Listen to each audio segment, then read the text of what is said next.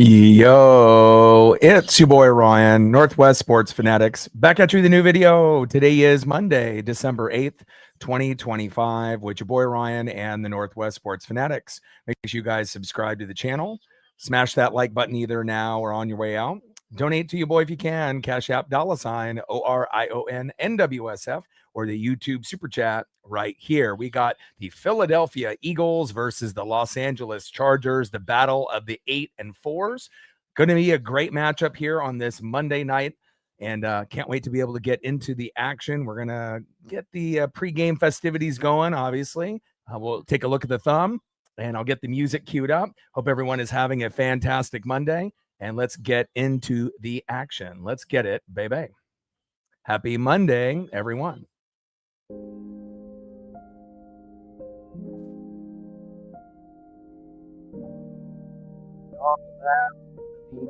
Backs in the game, even though it hasn't been what maybe most would assume, for Jalen Hurts and the Philadelphia Eagles. And on the right, another typical top 10 quarterback in most years, Justin Herbert. And again, with both of these teams, 4-2 on the road for the Eagles, 5-2 at home for the Chargers. So something has to give here at SoFi. But again, I'm definitely looking forward to the matchup of the 8 and 4 teams. Philadelphia, still is one of the top 3 teams in the NFC, to most people, with the maybe Rams and Seahawks ahead of them. But you can never count out Philadelphia, especially in the playoffs. And then obviously with the Chargers, they may not be in the top tier with the Broncos, the Patriots, and the Buffalo Bills, but they're probably on that second tier of teams that might be able to win a playoff game or two. But again, we won't really know until we get to that point. But I'm definitely intrigued for this matchup. Philadelphia is favored on the Vegas line by about 1.5.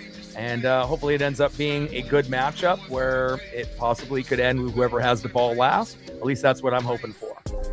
We're going to be shooting for 100 likes, 100 on the Dono train, and 5 to 15 subs. Shout out to my boy Brooks Beats with the best beats on YouTube.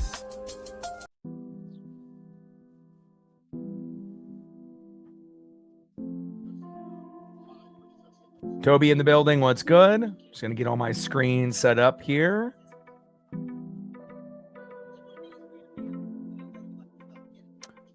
Jalen Hurts, 19 touchdowns, 2 picks. To Justin Herbert's 21 touchdowns and 10 picks. Saquon Barkley, 4 TDs. They're on the ground, which is a little bit lower than anticipated for most. And we'll end up seeing what Vidal ends up doing. But again, they are getting Omarion Hampton back here today. So instead of, not having Najee Harris, instead of not having Omarion Hampton and having to go with Vidal and going deeper and deeper into the depth chart, it's definitely nice to be able to see one of the studs come back. Ladd McConkey can do great things for Justin Herbert, just like Devontae Smith can for Jalen Hurts. And definitely excited to be able to see where this is going to go. Yeah, Jags and Texans both playing some good football. And, you could probably argue, that both of those teams right now probably would have a better chance of winning a playoff game than the Chargers, especially the Texans, based on what we saw yesterday against the Chiefs. Marine being in the building, what's good.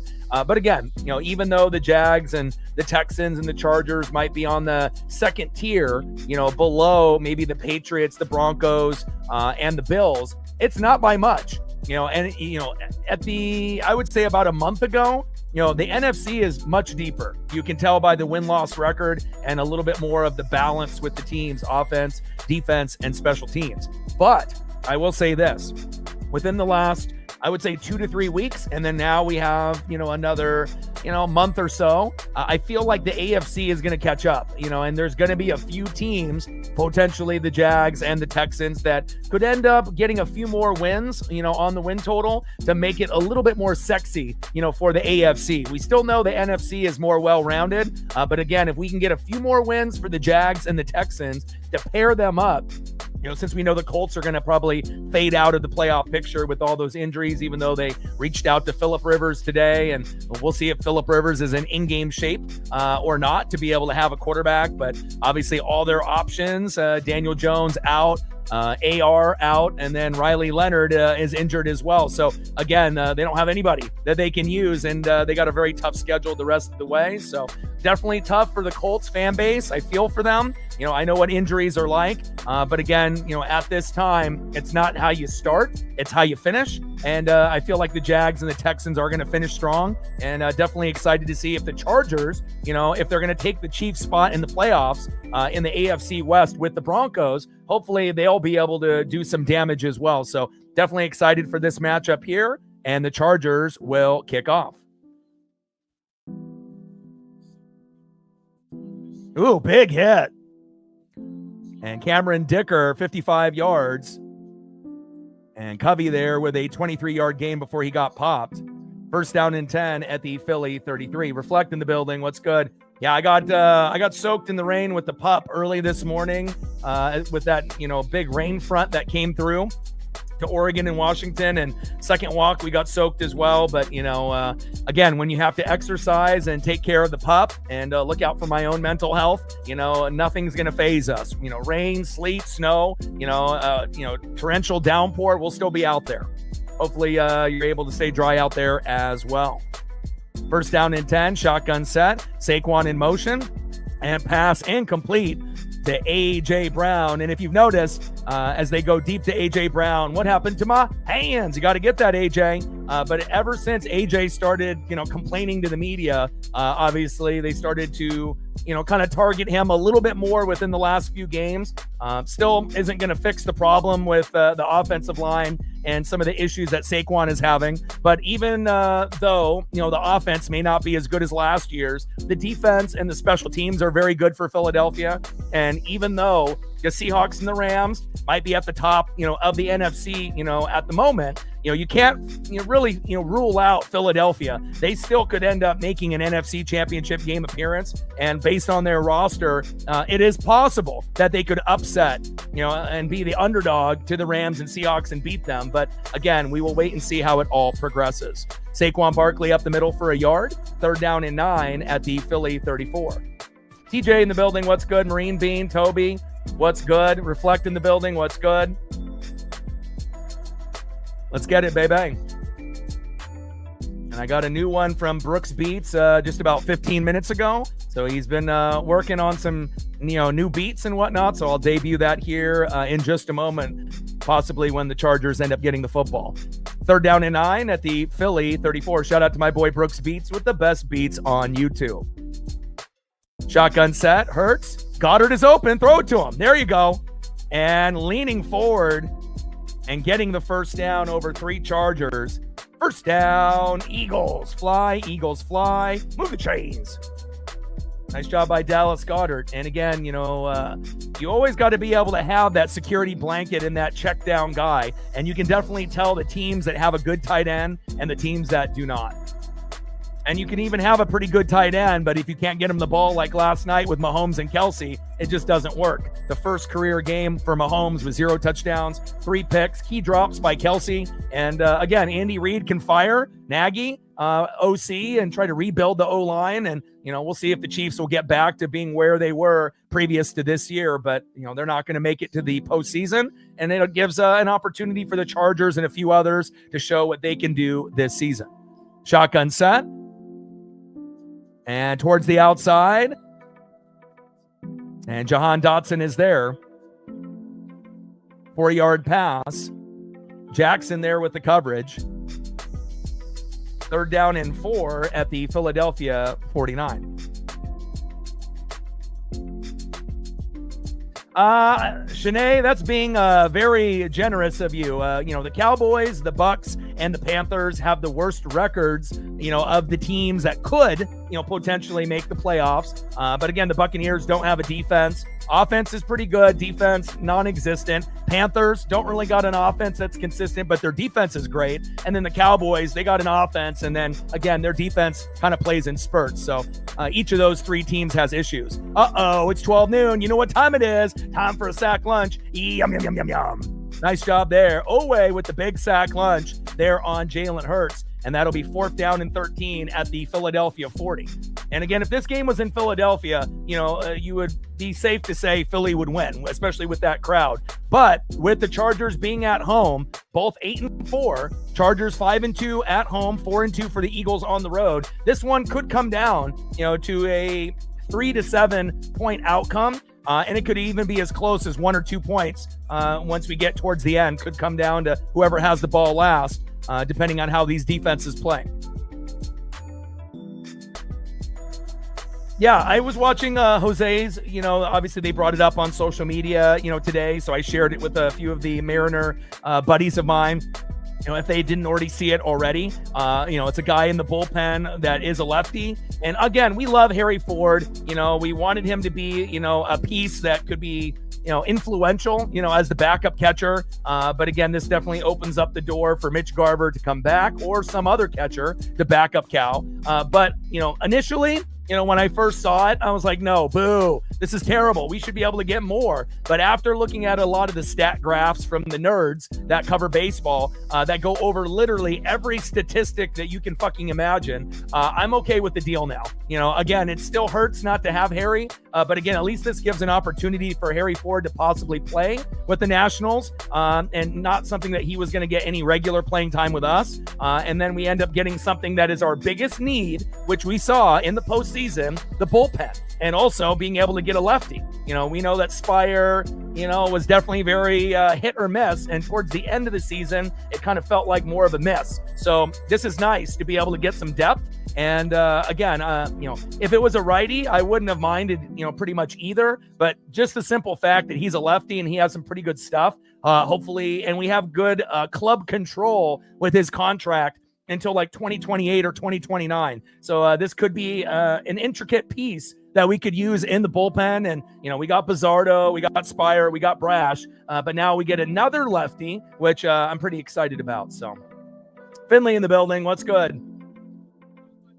I mean, again, it's like Brash and Bizzardo and some of these other guys that were on other teams. And then when they came to Seattle, they were able to get a little bit better with the, pitching staff that we have to kind of coach everyone up, as well as having a guy like Cal Raleigh. That fucking helps as well, for his leadership and being able to be on the same page. So initially I was like, boo, but now I'm, I think it's a good move. And as long as he doesn't get hurt, that should be a good piece for us. Because again, that's the one weakness that every team has, but especially the Mariners. It may not be as bad as the Dodgers situation where they have to rely on guys going like the complete game, like Yamamoto, and then, they probably had the same thing with Snell. They were assuming that those guys would go 8-9 innings, so they would only have to bring in Roki Sasaki. We're not built that same way. But again, I do like the move.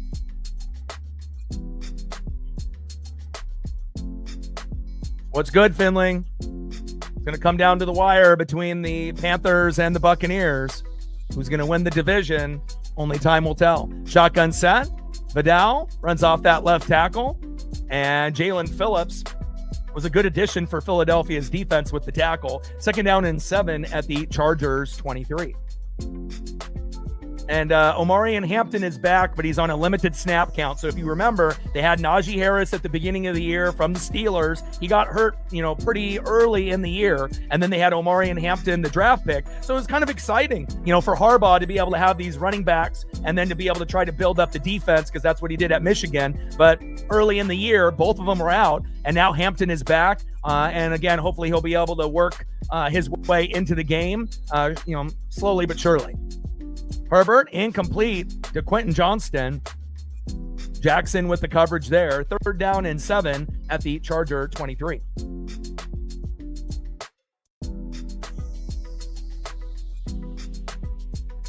Nice. I like that. Yeah, and I do like, you know what? You read my mind. I was thinking Arthur Rhodes as well, and, has pretty good control. It seems like he's got some swagger and aura about him as well. He's going to be a perfect addition. 3rd down and 7, shotgun set. Eagles rushing 4, coming inside, avoiding the blitz, little check down, and there he goes. The 40, the 30, the 20, the 10, and pushed out of bounds. He didn't get to the 10, but it looked like he was. First down and 10 at the Philadelphia 17, 60-yard pass. Zach Bond with the coverage. And just when I thought that he was going to get to at least the 10, he got pushed out, about 2 strides prior. I'm happy for you guys. Your guys' defense was, very impressive. Again, if we actually had any kind of defense and any kind of pass rush, I think that we would have been able to run away, with the division. But the injuries have really caught up to us. Not being able to have guys like Bucky on a regular basis, just got him back the last couple weeks. And but McMillan and Evans are slated to potentially play on Thursday against the Falcons, which is kind of exciting. So we are starting to get healthy at the right time. But whoever ends up taking it, will earn it. And there's Omarion Hampton getting pushed out of bounds. 11-yard rush. Blankenship, I see you, Reed, with the tackle. First and goal at the Philadelphia 6. And if the Chargers are going to win this game, they got to score touchdowns, rather than field goals. They'll take a few field goals here and there, but they're going to need 2 or 3 touchdowns in this game. And again, getting one here early would definitely be key for them. Herbert, hands off up the middle, tripped up. And shout out to my boy Brooks Beats with the new one called On Sight. Let's go. It is a slapper. Second and goal at the Philadelphia 4. And great to see Omarion Hampton back.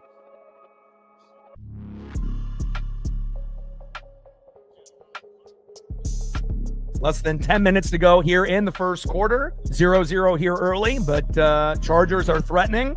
And it's going to be 3-0 or 7-0 in just a moment. ABS is going to be fantastic. I agree, Reflect. Shotgun set. Herbert. Good protection. Nice check down. Beautiful play. That's a Harbaugh play right there. That's Michigan all day. And Omarion Hampton, touchdown Chargers. Let's go. The battle of the 8 and 4s. Again, the Chargers are better this year than last year. The Eagles are slightly worse. They're both playoff teams. But this is definitely a game that if the Chargers played last year, they would lose, even if, being at home. But this year, they can win this game, based off, even though Rashawn Slater and all on the O-line, it's very impressive what Herbert has been able to do. Nice job there. And again, Omarion Hampton showing his worth. Extra point is up and good. Let's go. Lane Johnson, obviously still out with the foot. And they haven't been the same on that O-line since he went out, and that is big facts. So obviously, offensive line injuries are, crucial to a team's success. I would know. We should have beat the Saints this weekend, but we didn't have Tristan Wirfs. And the rain was a torrential downpour. And on top of that, I just, didn't have a good feeling, about the defense in general. And Shuck, the former Oregon quarterback, ended up rushing for 2 long touchdowns. And I knew when I saw those plays that we weren't going to win. And that's really disappointing, for a team that only had 2 wins, the Saints. But again, when you play anybody in the division, right, whether it's the Panthers, the Saints, or the Falcons, for me being a Buck fan, throw the records out the window. Sometimes it just doesn't matter, and again, especially if a certain team is banged up or they have issues on defense, but, can't stop the run, can't stop the pass. I do like our offense. I think our offense is pretty sexy. And if we can end up getting McMillan back and Evans, then it's going to be almost full strength, even with a few issues on the O-line. And obviously we need Wirfs to play. Big, key contributor to the team. But, we'll see. JPP ended up getting a little bit of an invite, even though he hasn't played in a few years, just like Phillip Rivers is looking at possibly coming back to the Colts. I don't know if Phillip Rivers and JPP, can do anything, but, we will see.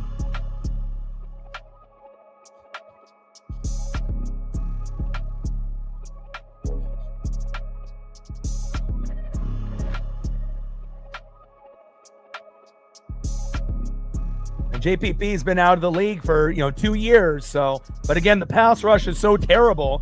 That's what's happening here. We're getting to the end of the year where it's going to be the Panthers or the Bucks, and obviously we know the Cowboys kind of have a similar record as well. But the NFC is stacked, and again, anything can happen. You never know. But again, I feel when Panthers, Cowboys, Buccaneers, we're pretenders. We definitely don't have a chance, to make the NFC Championship game. But if you can get into the playoffs, and other injuries happen to other teams, you never know. Sometimes crazy stuff can happen, especially when you get to the last month of the regular season. Yeah, Tet was the right pick for you guys. A big-bodied receiver. That's something that you guys have needed for quite some time.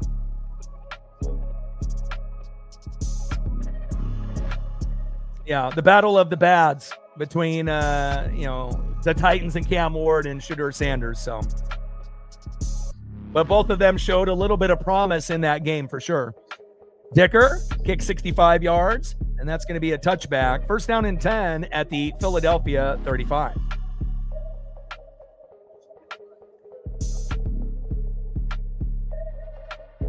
Like, sub, donate, comment, share. If you haven't smashed that like button yet, please do. Help us get to 100 likes, 100 on that dono train. And 5 to 15 subs. Let's get it, baby.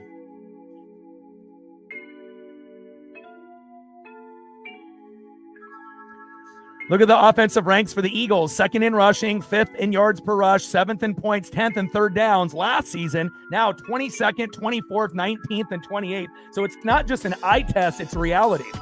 And they're much, much worse. And it's a combination of things with the offensive line being banged up and just not producing. Play calling has been a little suspect as well. But it's kind of crazy to be top 10 in offense. And, obviously we saw how great they were with Saquon. They went all the way and won it all. And then to see where they're at now offensively. But again, even though they're in the 20s in some of those categories, they're still one of the top 3 teams with the Rams and Seahawks with probability to get to the NFC Championship game. And again, you got the Niners, you got the Lions, the Packers, the Bears, the Buccaneers, Panthers and Cowboys kind of in the mix, but, I think still, even though Philadelphia has been struggling a little bit on the offensive side, if it's Philly, versus Green Bay, Philly versus Chicago, Philly versus Detroit, Philly versus San Fran, you still would assume that they could beat those teams, even if it wouldn't be by much. Nice run there by Saquon Barkley, 19 yards. Jefferson with the tackle. First down and 10 at the Charger 46. First down, Birds. And off again. And Saquon following that same blocking scheme towards that left side, a 10-yard rush. And that's first down, Eagles. And you don't really see back-to-back first downs from Saquon in 2025. So this is definitely a good thing, for the Eagles here on the road.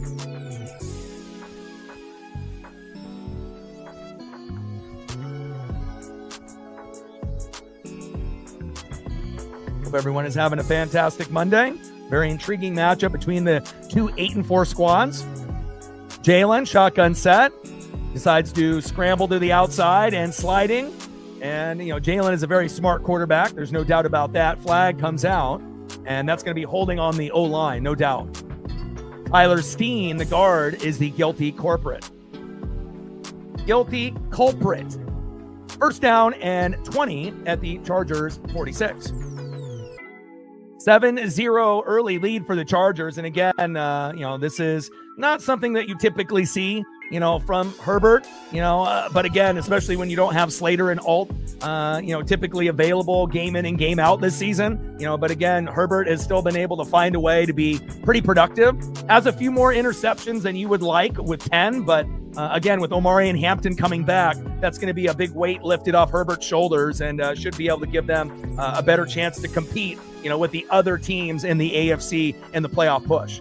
We know that the Broncos, Patriots, and the Bills are the top 3, but then the Chargers, and the Texans and the Jags, should be dangerous as well. Hurts going deep, got a man over through Devontae Smith, incomplete. Second down and 20 at the Chargers 46.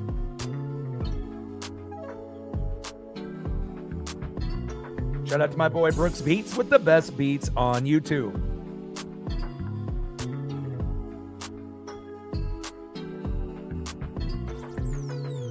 91 subs to go to hit our next goal for a sub goal of 23,400.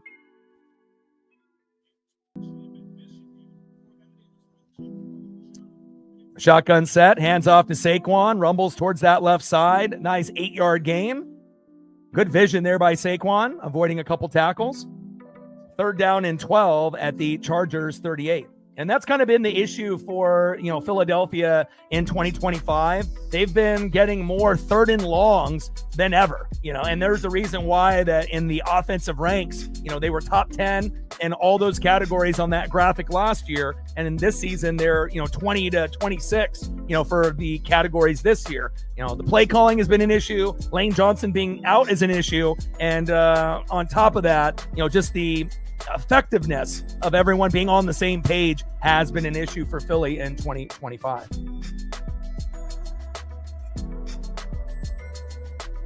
Yeah, I've watched everyone on the Heisman finalist list. I mean, I watch a lot of college football and a lot of NFL. I try to watch 3 to 4 full games every weekend for the NFL and for college football. So, obviously with, Love, he's legit, based off the running game. But if they're not going to play in a bowl game, and they decided to, sit out, he's not going to win. And then I've seen the others, but Mendoza, he's not, Johnny Football, and Johnny even made a comment like that, like back shoulder fade. But again, you got to understand Indiana is Indiana, and he should relate because he was on A&M and beat Bama. So again, it's the first time that Indiana has won the Big Ten. You beat Ohio State. Yeah, the game was defense, but he did come up with the big play, to get the job done. And so I think it's a wrap. Mendoza is going to win the Heisman. There's no doubt about that. And then the only other person that's going to get a lot of votes, might be Love, just based off his talent level if you watch Notre Dame this year. But I assume a lot of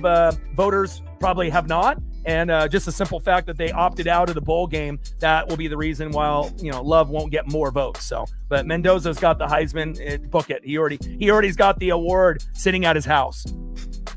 Shotgun set. Hurts towards that left side. Loss of 1. Second down and 11. Shotgun set. And a 2-yard run here by Hurts, getting chased down by Khalil Mack. And gets him to go out of bounds. Third down and 9 at the Charger 24. Browns are going to Brown. That's very true. And again, just like I mentioned, third and long, right? The Eagles have that, unless they get a first down off Saquon's run, that's kind of the only way they prevent these things from happening. But another third down and 9. And again, also, it's like, where do you go on third down and 9? You don't go to fucking A.J. Brown. You want to go to Dallas Goedert or, one of your other options like Devontae Smith, maybe even Saquon in the flat. But again, I feel like they get a little bit too predictable. And now they go to Smith with the screen, but that's nowhere near, being down the first down territory. And a great defense there by the Chargers. And teams, are now more disciplined, to be able to understand that they can blitz Philly on second and third down and they're going to have problems. And last year, when teams would blitz them, it didn't faze them one bit. But this year, not the case. Great defense there by the Chargers. 41-yard attempt by Jake Elliott is up and good. 7-3 Chargers. And this should be a decent scoring game that could be in the mid-20s or even the 30s before we're done.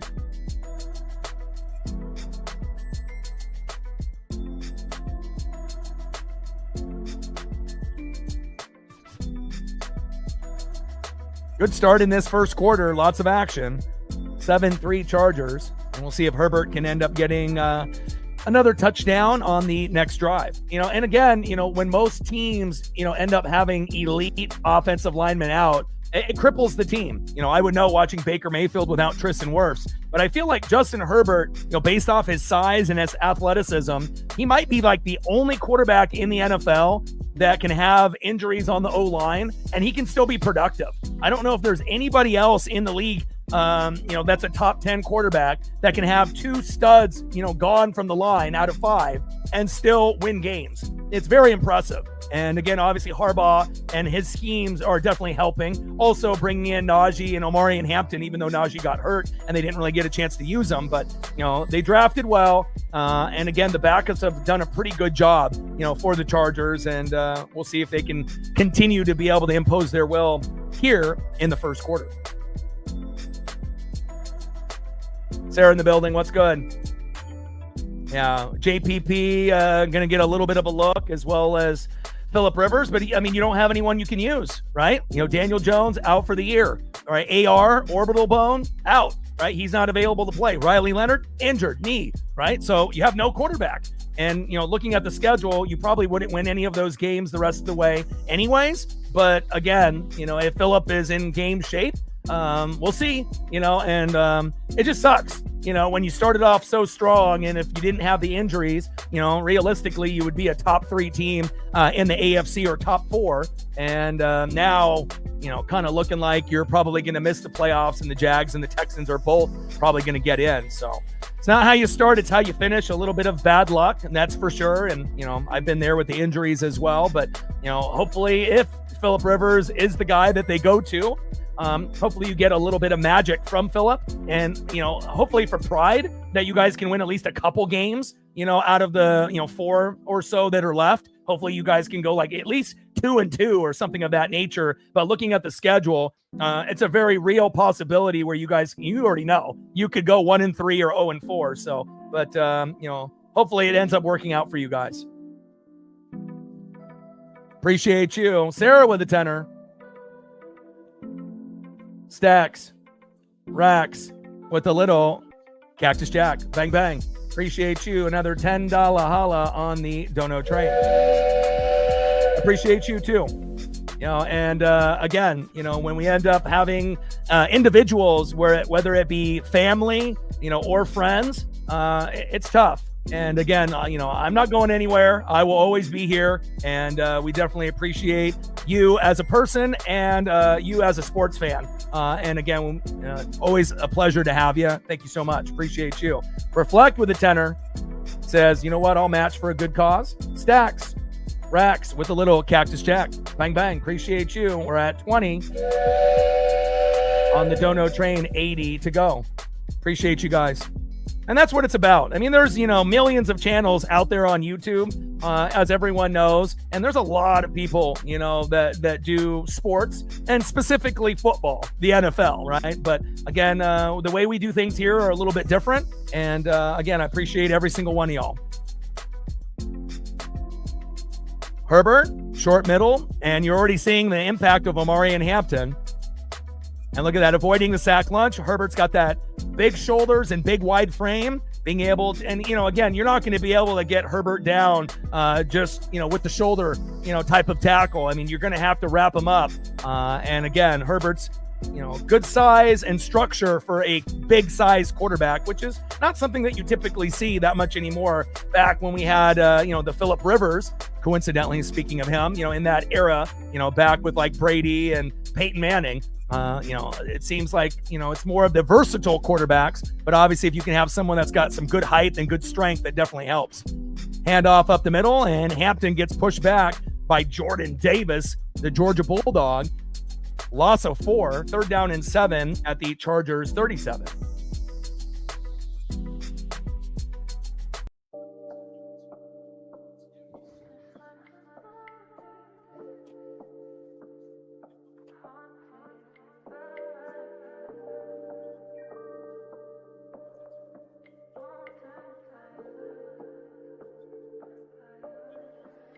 Third down and 7, 3 wide receiver set for the Chargers. And false start. Trey Pipkins the third. And it's just a matter of time before Ladd McConkey ends up making a big play, or Keenan Allen. They got plenty of athletes on the Chargers, and that's not ever really their problem, right? It's always they have good players on offense and defense, but injuries, right? Specifically, most of the time on the defense late in the year. And, from a team that has potential and it has a good roster on paper, but they're kind of cursed, and again, Harbaugh is trying to break the curse. 3rd down and 12, 3 wide receiver set. See if the Eagles bring blitz. You got to be careful, when you go against Herbert. And we got a free play here. Herbert steps up the pocket and intercepted.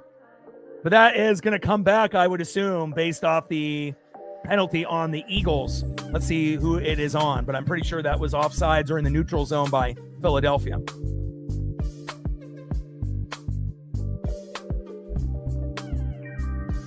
Offsides on the defense, and Herbert, knows better, to be able to try to fit it into a small window. Ojomo, the defensive tackle, offsides. and the Charger fan base bolt up, they can breathe a sigh of relief.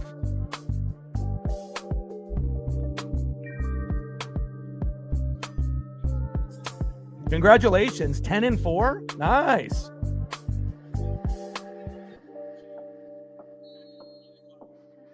All right, here we go. And again, this is normally going to be like Ladd McConkey or Keenan Allen, and we'll see what type of routes. And again, coaching and injuries have been the biggest flaws for the Chargers the last 5 years. The coaching part has been fixed with Harbaugh, but again, play calling is another issue as well. Jolly with a tenor. Oh, Emeka's got the most drops on the team. He's got 6. Everyone else on the team has got 2. And almost gets sacked. And that is incomplete as the Eagles pick up the ball thinking that that was going to be a free play. Jolly with a tenor, and it's always good to be able to see support. And again, that's how it goes with the Dono train. When one person shows love, then others follow in suit. So thanks to Sarah, we got Reflect, and now we got Jolly as well. And Jolly from yesterday stepping up as well. Appreciate you. Stacks, Racks with a little Cactus Jack. Bang, bang. And Emeka, has been a great receiver, for us. But again, he hasn't been really the same guy since the first, 3-4 weeks of the season where he ended up having 5 touchdowns. He's only had 1 since, and he's had a shitload of drops. So I don't know if it's mentally getting into his head. Evans and McMillan, potentially could be back this Thursday, even if it's in a limited role. So it's like we got plenty of receivers, and I'm glad we drafted Ibuka and Tez Johnson, but again, if Emeka catches that pass, we win the game. If the PI gets called of Baker Mayfield's throw into the end zone late in the game, we win the game. But we didn't get either one to happen. And again, not having Tristan Wirfs killed us. Defense is terrible. But again, I hope that it can slightly get better. They're going to bring in JPP, just like the Colts are going to bring in Phillip Rivers. Both guys haven't played in years. So I don't know how the hell that's going to work, but hopefully it works for Sarah's Colts. And, if Rivers can play decent, hopefully that'll work out. And then with JPP, the Buccaneers are desperate, and I haven't had a really good pass rusher to my standard since Simeon Rice. And that was way back, like 20, 25 years ago. So I'm hoping that we can end up getting another Simeon Rice type of player. Now, obviously, when we had JPP and Ndamukong Suh in the Tom Brady era, obviously that was a very formidable, front four. But again, we haven't had anything that good since then, and it definitely shows. Devin White is no longer there. He's been making some plays, for the Raiders. Still terrible in pass coverage, though, unfortunately, but he is getting a lot of tackles. And I like Antoine Winfield Jr. I like Levante David. I like Vita Vea. But again, Jamel Dean has been nice. But again, like McCollum and a few of the other guys, have been getting kind of picked on. And, we still got a long ways to go. You can't win games with only 3 guys on defense out of 11 that you trust. And that is facts. Yeah, true.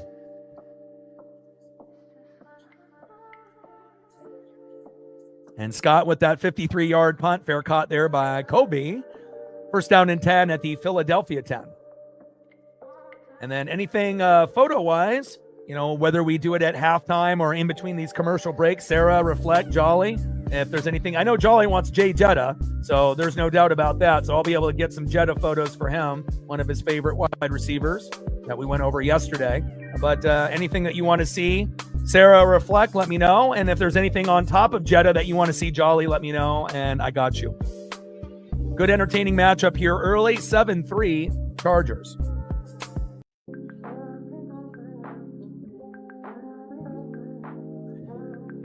Yeah, I mean, it just kind of depends on the game. Some games, we'll have, 5 or 10. Others, it'll be like 50, and it's really ridiculous, but, what can you do?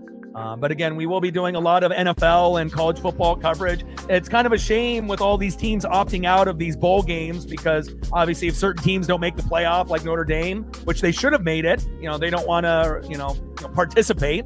And I get it, but it definitely hurts college football. But again, it's all about money and greed. And I guess that's what their kind of way of, getting a little bit of payback. But a lot of these teams are getting fined like $500,000 and whatnot. So it's not going unscathed. They are getting, punished, for not participating. So, and I imagine that we are going to get the playoff to expand. And I like Oregon's chances. JMU, beat them. right? Texas Tech, beat them. Play Indiana, get revenge, beat them, and then play Georgia or Ohio State in the Natty. So we had a hard path last year. We got the easiest path this year, and I'm hoping that it ends up being Oregon and Ohio State, and we can get payback from last year and get payback on Indiana as well from the loss that we took in Autzen earlier in the year.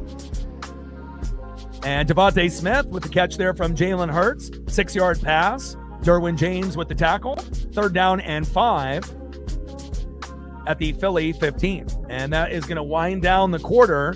And that's the end of the first quarter in an entertaining one. The battle of the 8 and 4s, 7-3 Chargers. Omarion Hampton with the touchdown, first game back. And again, is always, going to be a physical back. I really love his style. And then Jake Elliott with the field goal.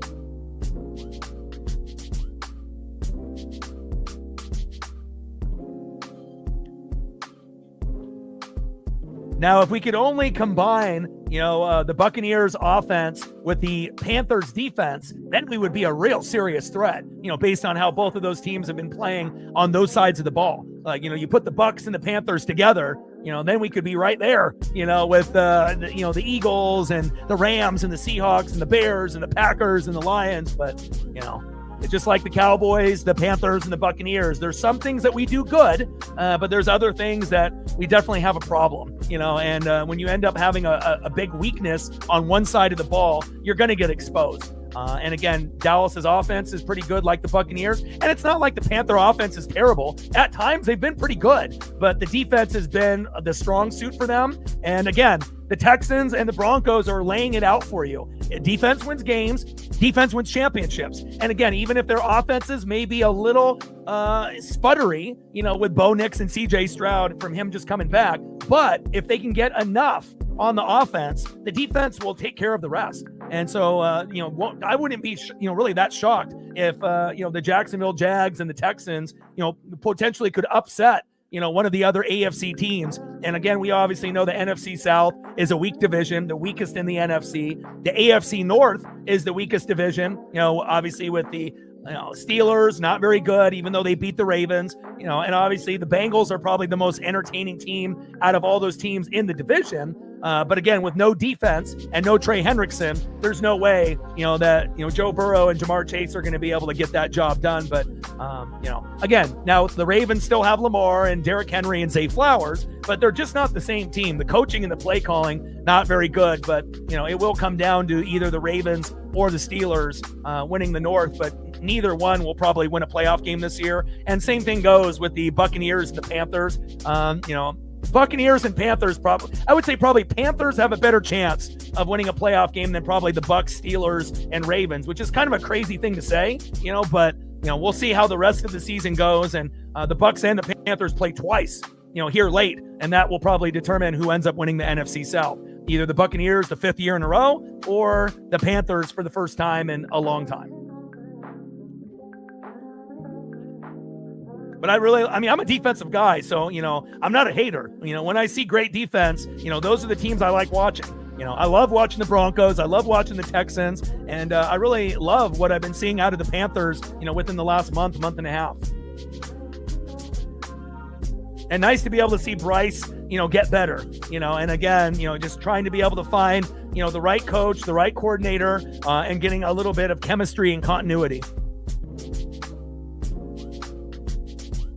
3rd down and 5 at the 15. Hurts. Laser throw. Intercepted. Or did it hit the ground? And I want to see a replay there. They're going to call it interception, but did it hit the ground, though? That was close. RJ Mickens, let's look. My initial thought it hit the ground. Yep, hit the ground. As I say, as soon as I saw it, I was like, oh. But then it kind of looked like it skipped into his chest. And as you watch the replay, that's exactly what it did.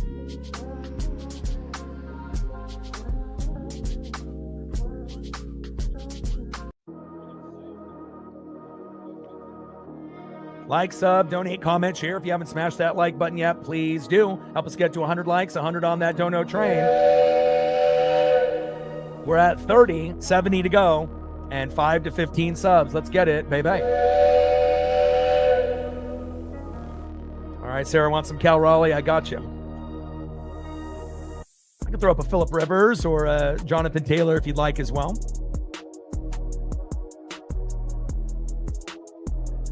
Oh yeah, I'm already ready for baseball season. As soon as baseball ended, it wouldn't have, bothered me if we got the season started a month later, But again, obviously these guys need time to rest and recuperate their bodies after a very, very long season. And, again, if we can end up getting some spring, matchups, in March, again, I would love to be able to do a few games, but I just don't know with the Root Sports deal, obviously being ended with the Mariners. And, we still don't know how much it's going to cost per month to watch the Mariners. But again, hopefully it ends up being like $10 a month or something, affordable. Hopefully it's not like 15 or 20, but hopefully it's like, $9 or $10 a month, and, that way that we can end up doing some of those games, obviously as we wait for the regular, season to start.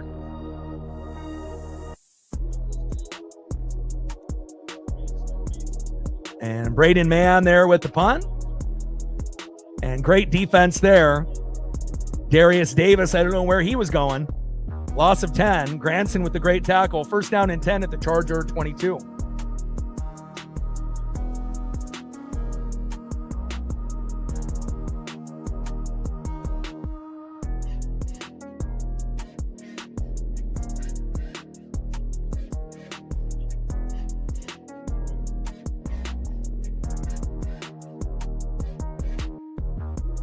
We'll squeeze in a few photos here. Can't wait for the season to get going. Let me tell you.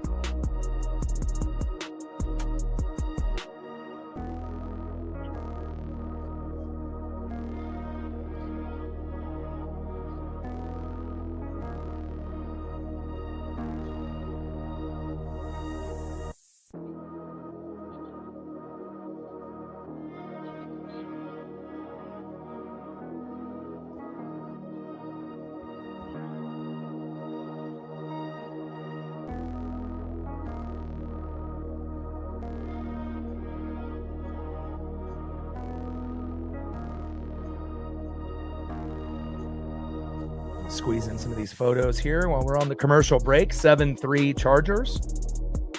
Stud having a great year. No doubt about that.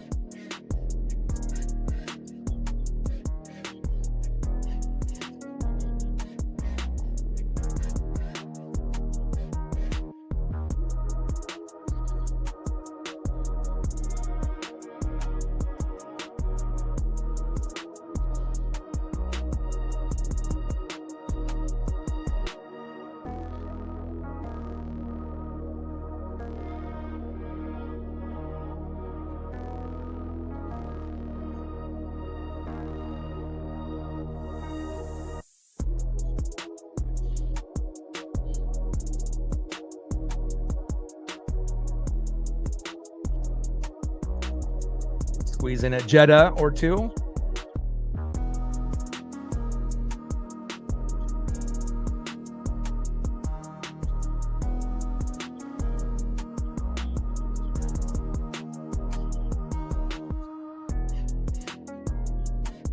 And a nice toss there to Omarion Hampton. Nice 15-yard run. First down and 10 at the Charger 37. Move the chains. Jetta knows. Move the chains. First down, Chargers.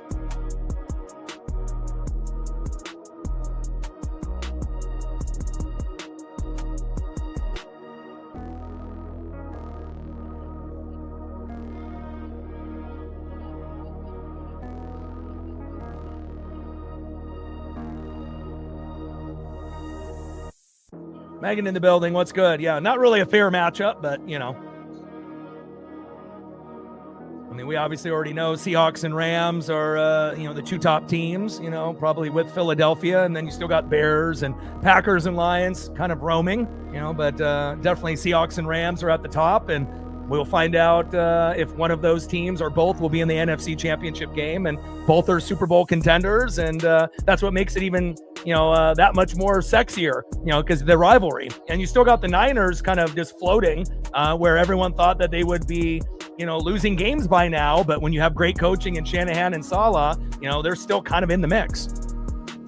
Herbert scrambles left for 5 yards. Cooper DeJean there with the coverage. 2nd down and 15 at the Charger 32. Yeah, nice to be able to see Sarah and Megan doing very, very well in fantasy. Congrats. Awesome. Who says that the females, can't do fantasy? I mean, if you read and you pay attention, right, and again, you take it serious, right, you can get the job done and, prove to the boys that, hey, I can do just as good as you. Obviously, you have to draft well, and you have to have a little bit of luck with injuries, and again, you have to pick up the right people at the right time. And, as long as, you have a little bit of luck on your side as far as the injuries, it's awesome to be able to see. Congrats to the two of you. Shotgun set, Herbert on 2nd and 15, deep right to Oronde Gadsden II, and complete. And that's going to be 3rd down and 15 at the Charger 32. Nice. Well, there you go. JSN and Puka. That definitely will help the two of you ladies doing very, very well in your leagues. Awesome.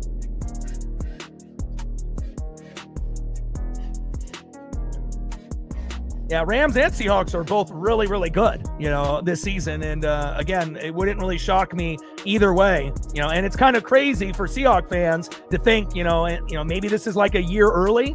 I don't know if anyone anticipated it being this good, this, soon, but sometimes in sports, that's what happens. Everything clicks at the right time. Herbert goes deep, and good defense there by Cooper DeJean.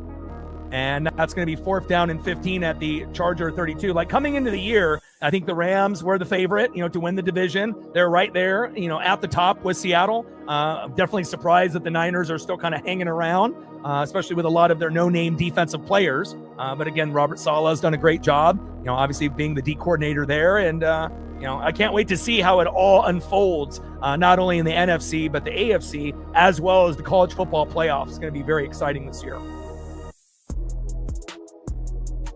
But again, if your offensive line gets better, your defense gets better, this is what happens, And again, if your O-line isn't good, and the defense is sketchy, then you're going to win some games, but you may or may not make the playoffs. You might be 8-9, 9-8, 10-7, but again, if you can improve the O-line and the D-line and the defense and the play calling, that's exactly what they've done. And, we know how good both the Rams and the Seahawks have been this year. They are very fun to watch.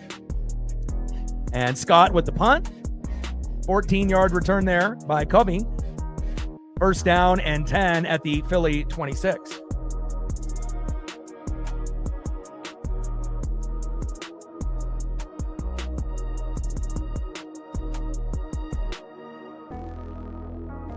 Well, in previous years with Geno, you guys had a bottom 2 offensive line. You guys aren't bottom 2 anymore. So you may think that the O-line still sucks, but it's a hell of a lot better than last year's.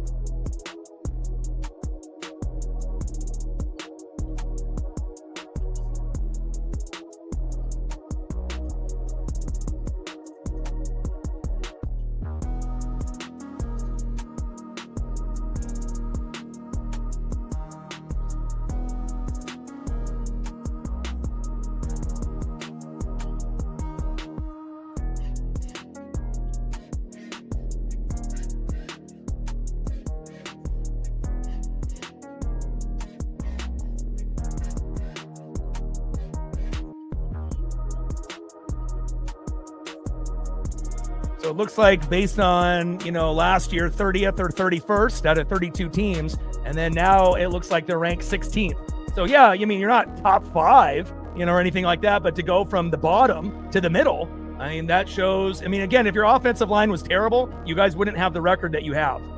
There's no doubt about that. So, I might not be a Seahawk fan, but I watch all their games. So, again, I try to watch as much football as I possibly can. So,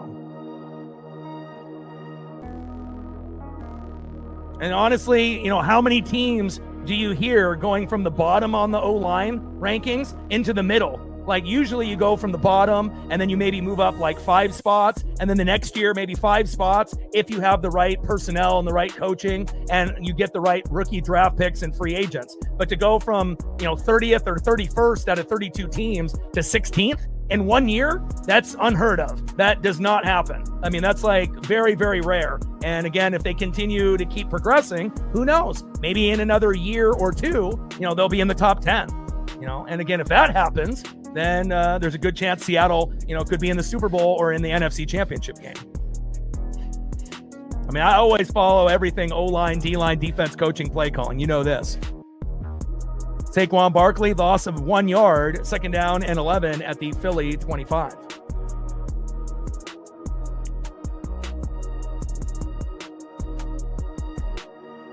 Toby in the building. What's good?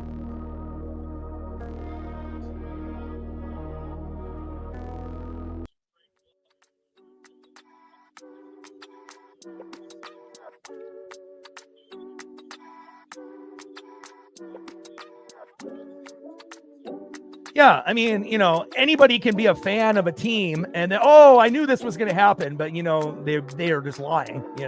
Obviously, we know that the success that they're having, this year is definitely, maybe a year or two early, like we mentioned. So, but sometimes that happens in sports, right? Like with the Bears and Ben Johnson. Like we assumed it would take a couple years, for the Bears to maybe even get into like, second place territory, or possibly win the division, even though that division is tough with the Packers, Vikings, and Lions, and they still got, some room to grow, but again, they have a tough schedule, easy schedule in the beginning of the year, but they were able to beat the Eagles and then they just lost to the Packers, but it was close. It's not like they got blown out. And you can definitely tell Ben Johnson is making a huge difference for the Bears, and the Lions are desperately missing his play calling as well.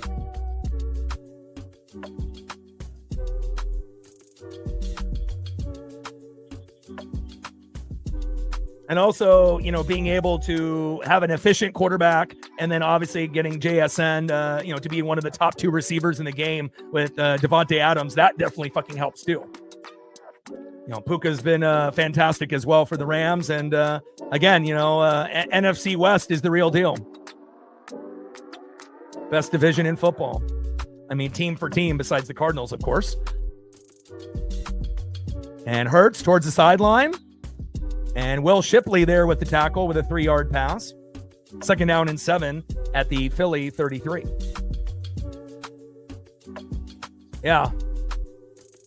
And it's kind of crazy, because again, based on what we saw the last few years, you were just hoping to make the playoffs. And now at this point in the season, you can say we are Super Bowl contenders. That's got to be a good thing. I wish I could say the same thing with my team, but, we're not there. But you guys are, so congrats with that. Hurts, little play action. Nice pass. Go, Goddard, go. Dancing and romancing. Dallas Goedert, 16-yard pass from Jalen Hurts. First down, Eagles. Move the chains.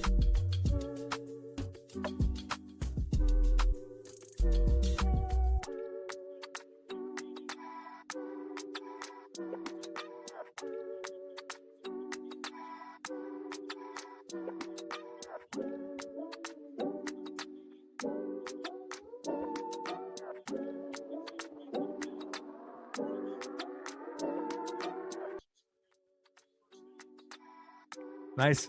3 catches for Goddard for 3 first downs. Hurts, play action.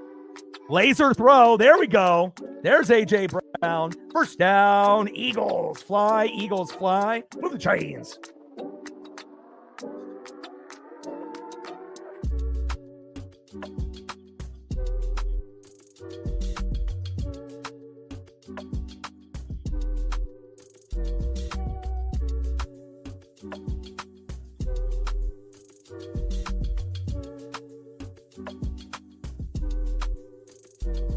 Yeah, I don't think AFC South is second. I'll go AFC South third.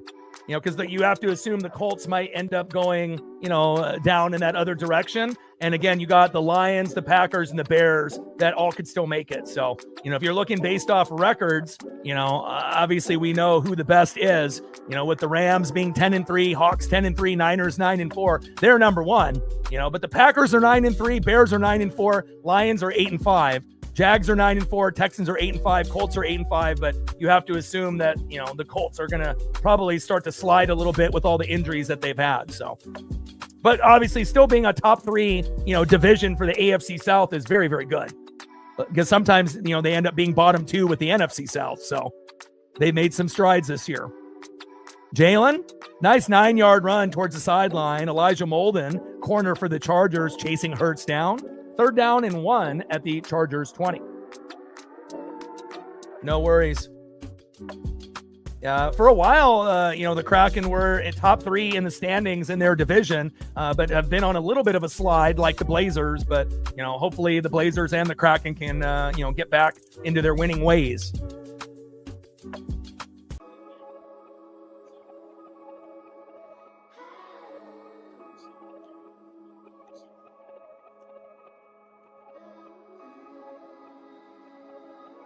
Yeah, not bad. You know, I mean, we want to make the playoffs. Intercepted. Wow. Fumble. Oh, fumble again. No way. Chargers ball. Wow. Holy cow. Interception. And then the Eagles got it. And then Hurts. And then they punched it out. And then another fumble. And then the Chargers got on it. Wow. What a sequence.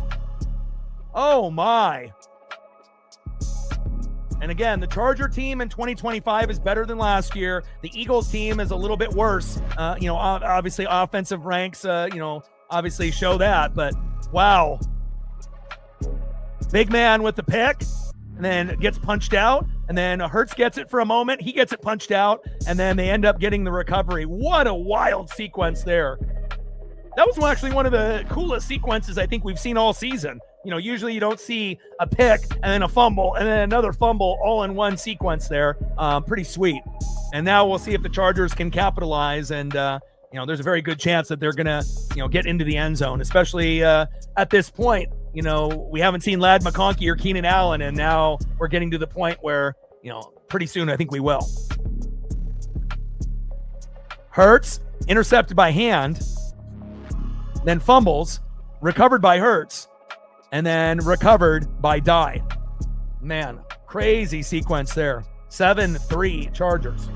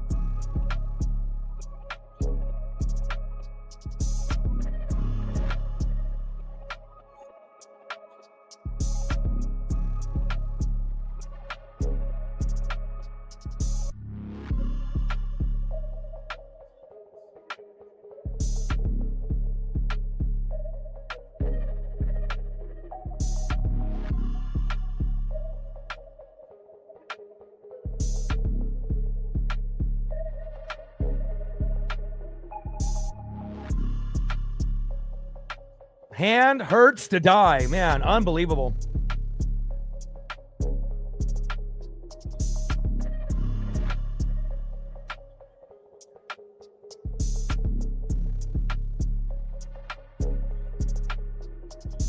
First down and 10. And Vidal with a nice 8-yard run.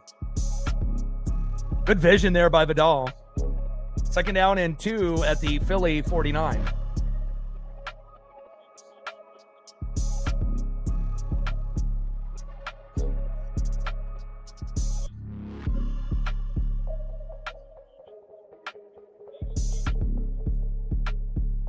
First 8 games, 3 turnovers. Last 5 games, 7. That's been the story for Philadelphia.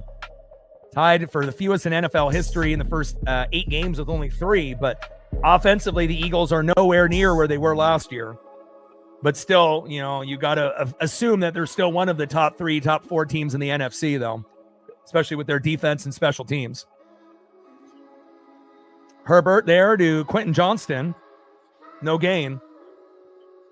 Jackson with the tackle. Third down and 2 at the Philly 49.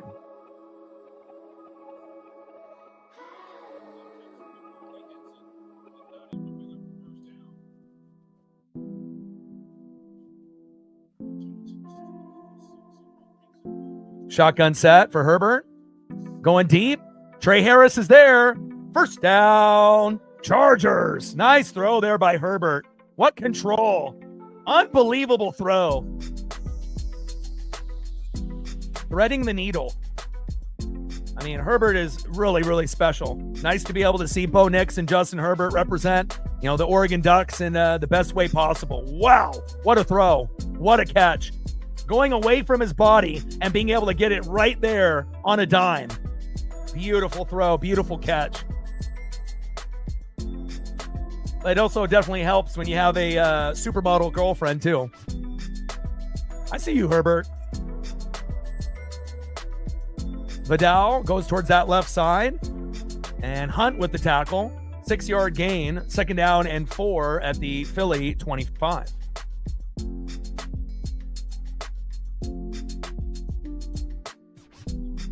I mean, Herbert might not be as likable as like Burrow or Allen, but again, very, very good.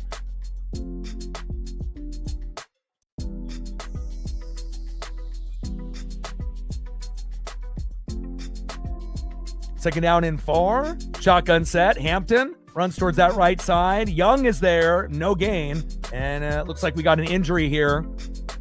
Looks like Pipkins is injured there on the play.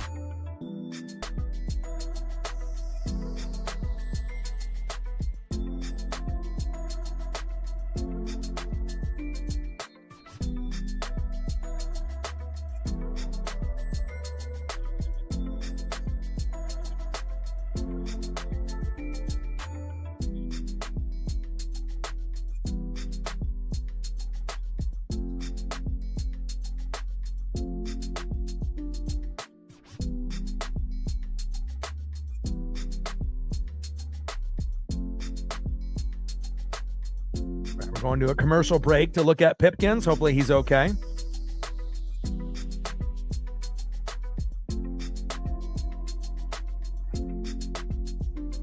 See if we can squeeze in anything else. Reflect anything that you want to be able to see.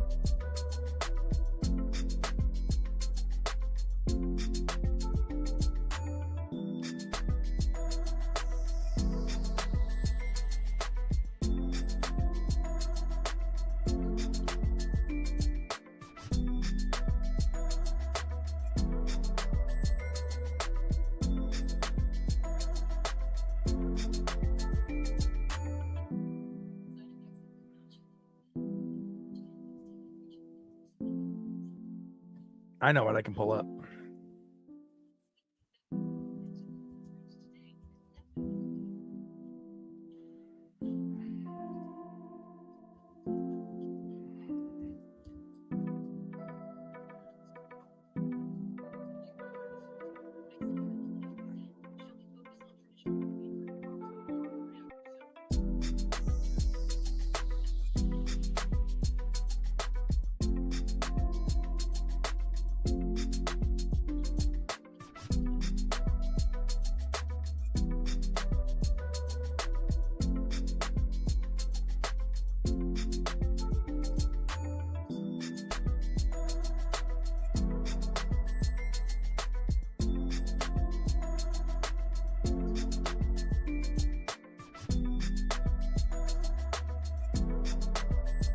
No worries.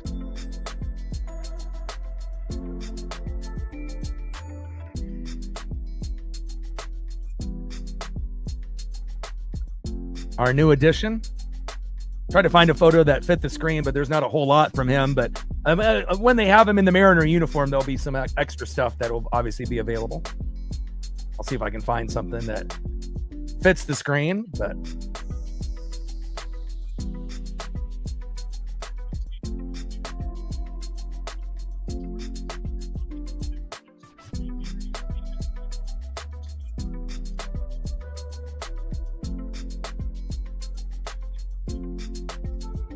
I think I found one here. Shotgun set. Herbert steps up in the pocket and goes down. Flag comes out.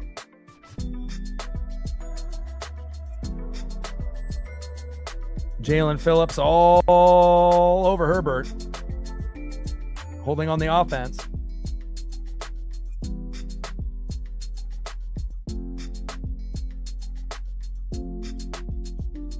There we go. As I say, I got to find at least one fire photo for us. Yeah, baby.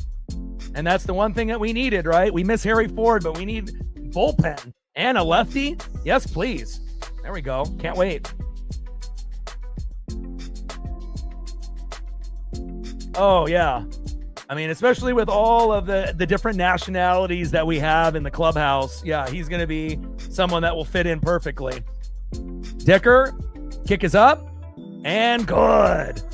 Nice kick there by Dicker, the kicker, 45-yarder right down the middle. And we have a 10-3 Charger lead.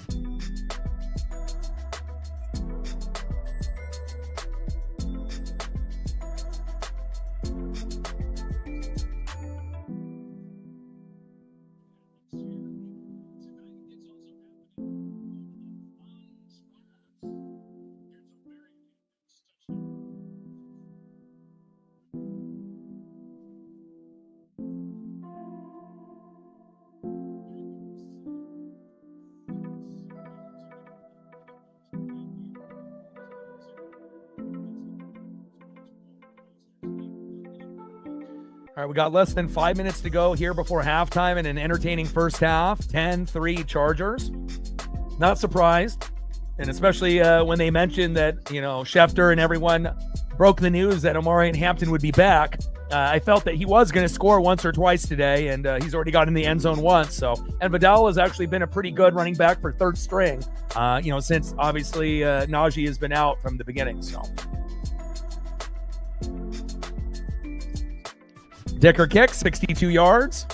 And Covey there with a nice 25-yard return. He got hit hard there. First down and 10 at the Philly 28. And if the Eagles aren't careful, even though their defense and special teams has been pretty elite, at least that was, towards the beginning of the year, but again, if they end up playing like the Packers, the Bears, or the Lions, it's possible that the Eagles could lose this year. Maybe the Eagles could beat the Panthers and the Buccaneers or the Cowboys, but I mean, hell, even the Cowboys beat them, a few weeks back and held them to a shutout in the second half. And that's not something that we typically see out of an Eagle offense. But again, when you're ranked in the 20s instead of in the top 10s in offense, then this is kind of the product you get. They have to be thankful, that they're 8-4 Philadelphia this year. And throw to the sideline to Saquon Barkley, incomplete. Tuipulotu with the coverage and the pressure.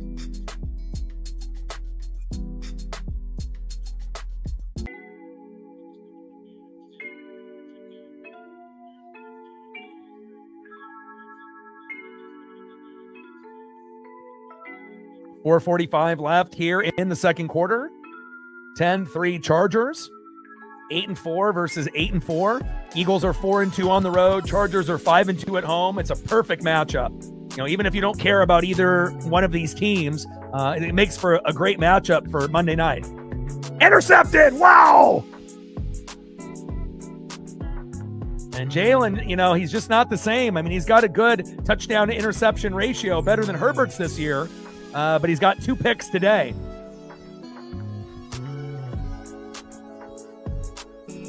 Dante Jackson, baby. Cluing. And again, that's what good DBs do. They read the quarterback's eyes, which is called cluing. And again, they know that, Hurts in 2025 has a tendency of staring down his receivers, not so much last year. And another big turnover. And let's see if the Chargers can end up getting 3 or 6 off the turnover here.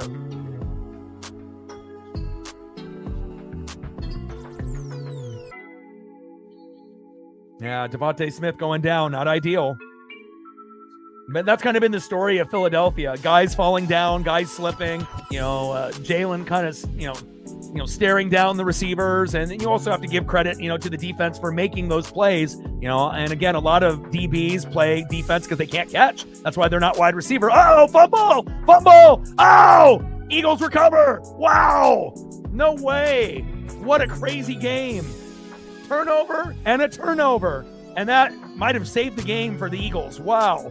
Because if the Chargers go up 17-3, it would take a pretty strong performance in the second half to come back.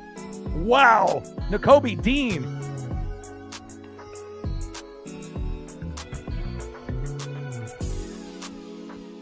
Unbelievable. Dean fumbles, but recovered there by Young. And Young was in the right place at the right time. Nakobe Dean says, Herbert, not today. And they got real lucky there. What a wild game. I mean, we've done quite a few of these primetime matchups, Sunday night, Monday night, Thursday night. And I don't remember a game having these type of sequences all year. This is pretty wild. The score is 10-3, but the entertainment value is a 10.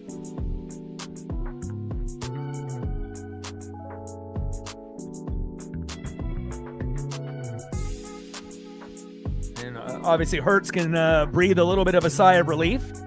And again, this is what happens when, Saquon isn't as effective, and again, you're trying to force the ball, to A.J. Brown or, Devontae Smith. And the reason they were so good last year, as Saquon was the best running back in the game, and they just kind of let, the game come to them. And now, Jalen's kind of pressing, and it shows.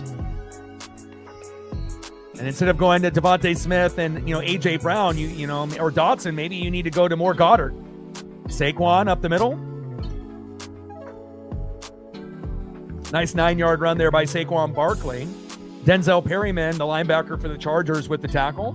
2nd down and 1. Barkley again. 5 yards towards that left side. Tarheeb still with the tackle. 1st down, Eagles. Move the chains. 5 turnovers and 1.75 quarters. Wild, huh? And obviously, if Lane Johnson, is playing, obviously the Eagle offense would be, quite a bit better. But the same thing could be said for the Chargers. I mean, they haven't had Slater and Alt, together pretty much all year, and they're still finding ways to win. And again, Herbert might be the only quarterback in the NFL that could have serious injuries to great players on the O-line and still win games. I haven't seen anyone else really do what he's been able to do. Now, obviously, they choke in the playoffs, but normally that's not really all on Herbert. Most of the time, it's based off coaching, play calling, and then the defense, on top of the injuries with the team that feels like it's kind of cursed. But Harbaugh is trying to break that curse. Now we got stoppage by the refs here. The thing is, Harry wasn't going to get to play. He was going to be the backup anyways. So if we can end up getting someone that's going to be a bullpen piece and that's our weakest link, and he's a lefty, again, all Mariner fans, when we first saw the trade, we were like, boo, because we all love Harry, but again, we don't really know exactly what Harry was going to be because he didn't get enough time, to be able to show what he can do. But on the Nats, he will get a chance to play. And, we need bullpen, and having a backup catcher isn't going to help us win games if he's not playing, and having a guy in the bullpen, pretty often can help us win. So, I wish the best for Harry. I'm going to miss him, but getting Jose, I think, if you look at the graphics and all the stats that are there, as long as he doesn't get hurt, things should be good. Nice 3-yard run there by Saquon Barkley. Henley with the tackle. 2nd down and 7 at the Charger 28. But we have plenty of other guys in the farm, You still got Williamson at third. You got Cole Young. We got Colt Emerson. Lazaro Montes. You got other pitchers with Durangelo.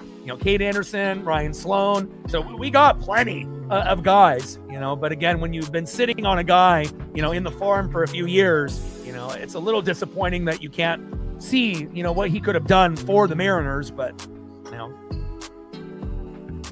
I don't know what kind of trade value he would have had if we would have traded him at the deadline or if we waited to trade him. But, obviously they did their research with Jose. And, again, we have gotten good results from guys from other teams coming into the pen for us. Hurts, nice laser throw. First down, A.J. Brown. Move the trains.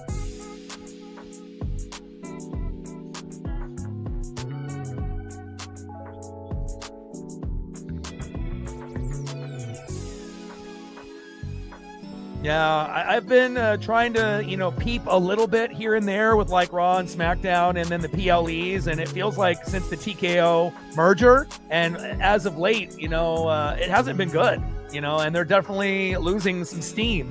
They were quite a bit better than AEW, but AEW now is, maybe a little bit more entertaining. It kind of just depends on the wrestlers you like to watch and the style of wrestling that you like and storyline as well. And I feel like the storyline for WWE has gone way down. Like, it wasn't great to begin with, but again, it definitely, who wants to see John Cena and Gunther at the end for his last match? Like, really? Should have been LA Knight. Simple things like that you could have, made things a little bit better, but I don't know. Triple H and creative definitely need a reset.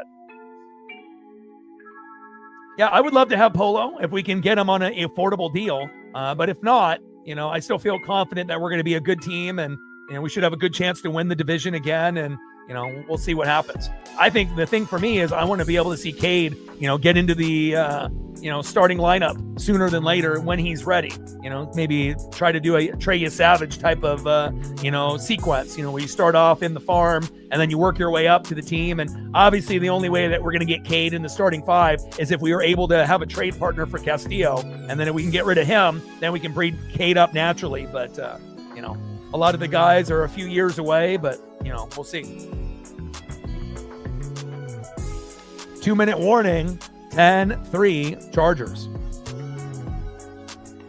But I think that most Mariner fans, would want Polo back, especially, how hot he got in the postseason. Was really, really good, in the first couple months, batting 350 to 450, then kind of cooled off, right? And then got hot, late in the year when we really, really needed him. And especially in that Tiger series in the ALDS. Without Polo, we don't beat Skubal and the Tigers, right? Period. So, we don't want to, and we love Naylor. We love Naylor and we got him, but I definitely feel that, and I assume Polo wants to come back as well. But, having that love-hate relationship with Polo, obviously when we first brought him in with Garver, not good. But then obviously he really proved himself last year, and I hope he does come back.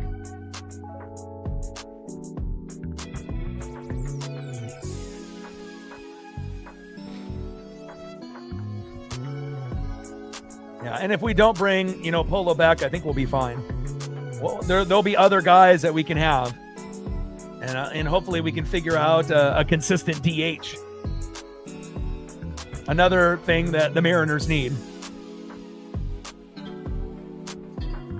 Hurts, hands off. Tank Bigsby, the former Jag, is there. Short game. 4-yard run, 2nd down and 6 at the Charger 13.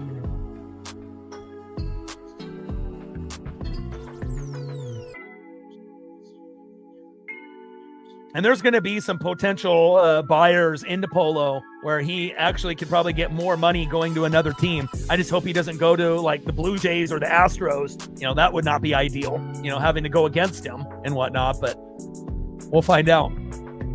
Shotgun set, Hurts to Dallas Goedert. There we go. Molden with the tackle. 1st and goal at the Chargers 2. And even though the Eagles have been a little sloppy and obviously the Chargers have been a little sloppy in this game as well, we potentially could be at a 10-10 tie here at halftime.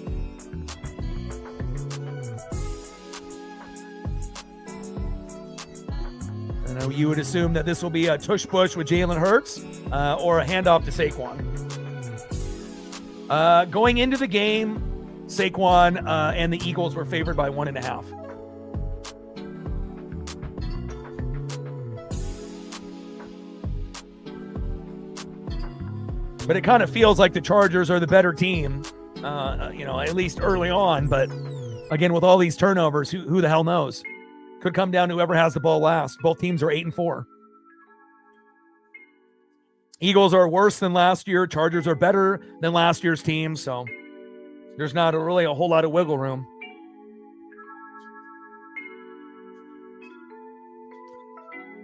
Timeout, Philadelphia.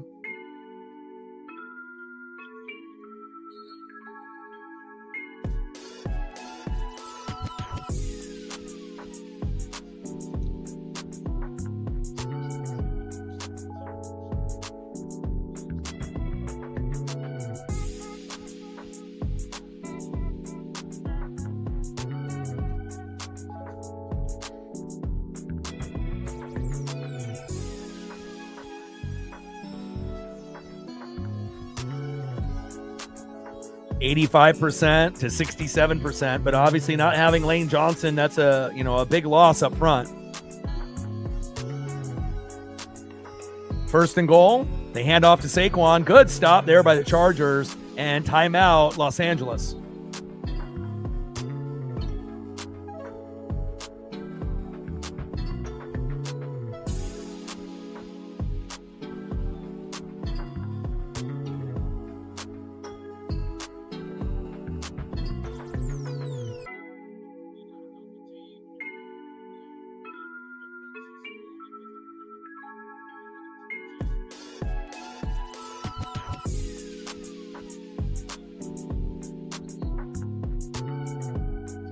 If the Eagles were to run like a tush-push look, but then do kind of like one of those, Tebow jump passes, that would score a touchdown because everyone would assume, that you're going to be doing the tush-push and, they wouldn't assume a tight end would leak out and you could score that way.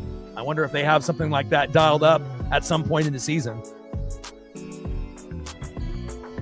And shotgun set, and that's going to be a hold on the Eagles. It's coming back. Touchdown, A.J. Brown, but that's nullified and coming back. A hold on that O-line. Mailata with the hold, the tackle there for the Eagles. Second and goal now at the 12 instead of the 2. Yeah. I think the only rumor that I've seen that, potentially, I don't know if it would happen, but obviously bringing back Ketel Marte back to the Mariners, but then if we were to do that, we would have to probably give up, a big name like a George Kirby, type of player. And I wouldn't want to do that. So, as much as I love Marte, I don't want to give up one of our starting pitchers. So, they're going to want a boatload for Ketel Marte. So shotgun set, Hurts, short right to Saquon. Khalil Mack is there and complete. Third and goal at the Chargers 12.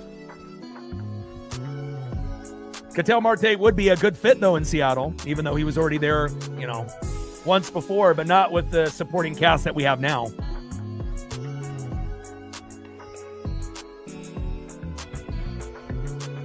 Timeout, Los Angeles.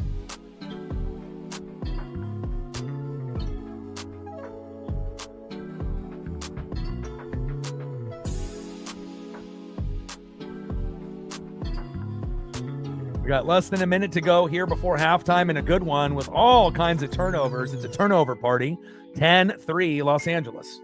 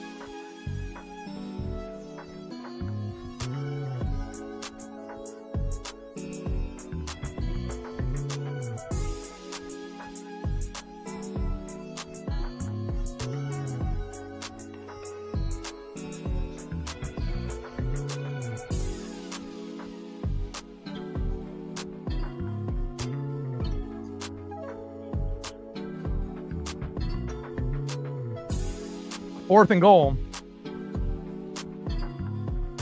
Good pressure there on Hurts.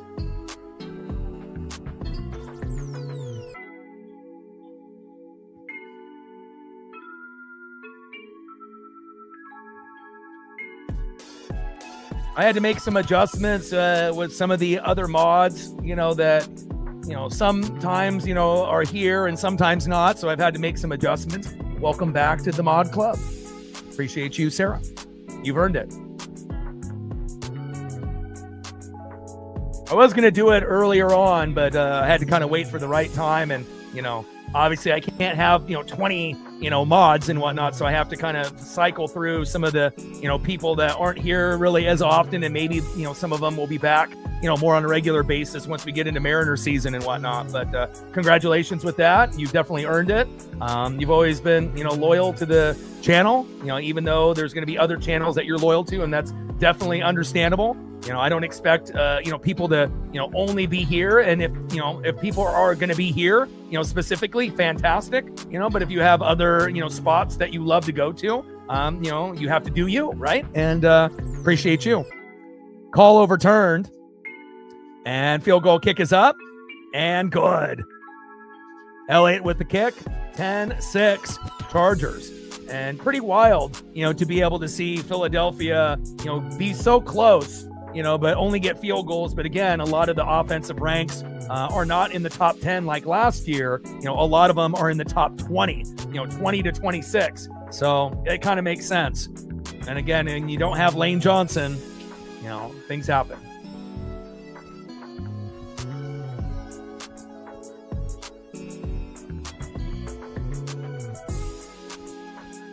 Rams and Seahawks at 10-3. Seahawks got a plus 161 differential. Rams got plus 152. And that is by far more than anybody else. And the only other team that has over 100 is the Patriots in the AFC with plus 110.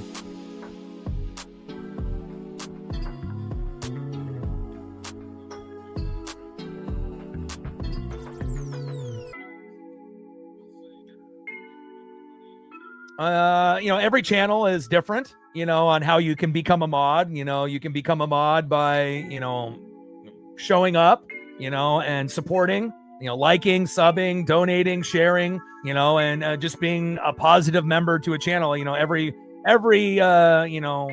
host of a channel has different criteria and whatnot. So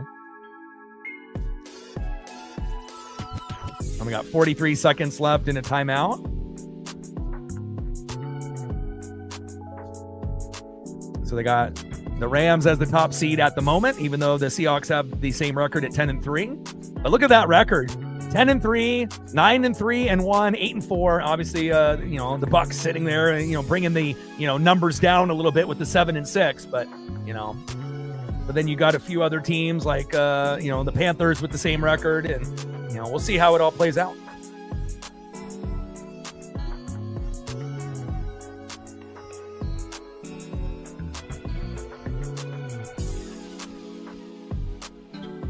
Herbert got plenty of time on 1st and 10 towards the sideline, incomplete. And again, we haven't seen Ladd McConkey get going yet, but he will in the second half, guaranteed.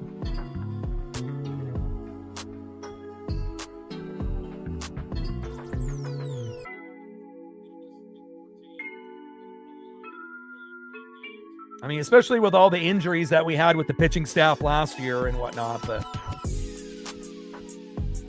yeah, I don't know if anyone would want Randy, though.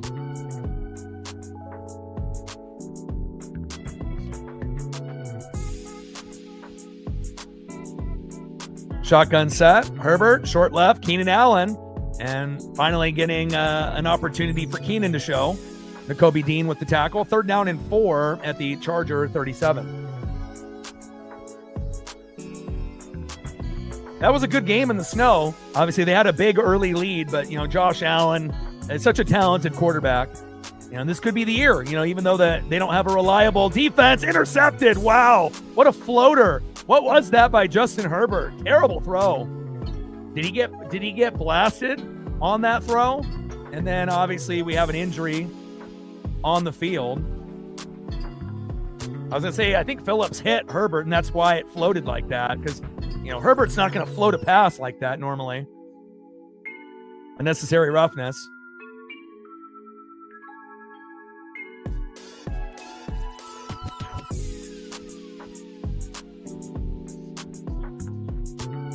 Personal foul on Vidal.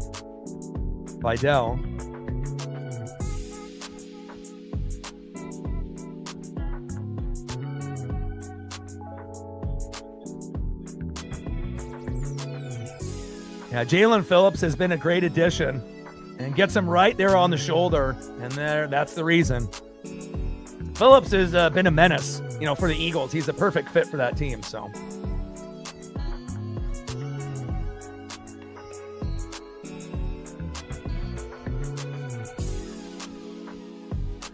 All right, 7 seconds left. First game was 6 turnovers in the first half. Both teams 8-4. Both teams playing for playoff position. Could come down to whoever has the ball last. The game definitely feels like it's, obviously slightly favors the Chargers, especially them being at home. If it was in Philadelphia, it would probably favor them. But, defense and special teams have been good for Philly. But, again, when you don't got the best running back in the game and, with Hurts and the offensive line not being on the same page, the A.J. Brown, Devontae Smith, Dallas Goedert weapons aren't really as strong as they were and not as lethal compared to 2024.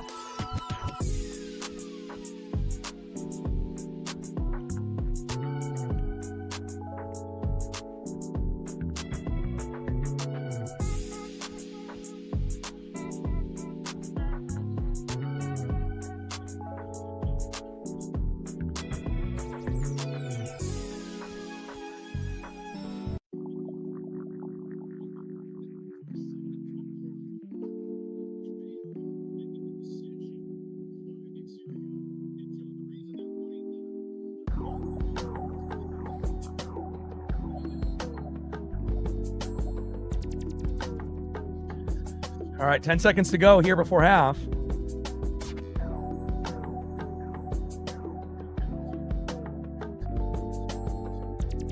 Shotgun set. Chargers bring just 3 or 4. Pass towards the sideline, incomplete. And now they're going to go for a long field goal here, and 10-9 momentarily, you would assume.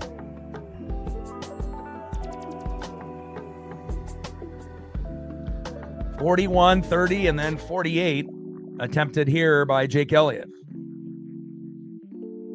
See if this is a little bit too long for him. Kick is up and it's fading left. No good. Should have been 10-9 and now it is 10-6. Wow. And that might come back to bite the Eagles in this game. I mean, the Bears, know the formula. If you run the football efficiently against Philadelphia, you win. That's kind of how you beat them. And, definitely they've been able to do that here today. And missed field goal there by Elliott, 10-6 Chargers. And halftime is great for the NFL because it's only 12 minutes long compared to college football where it's like 20 to 30 minutes. So we'll be right back into the action in the third quarter. And on top of that, the Chargers get the second half kickoff. So after all of those turnovers, we only have a 10-6 game, but it's probably been the most entertaining 10-6 game, at half we've seen on Monday night.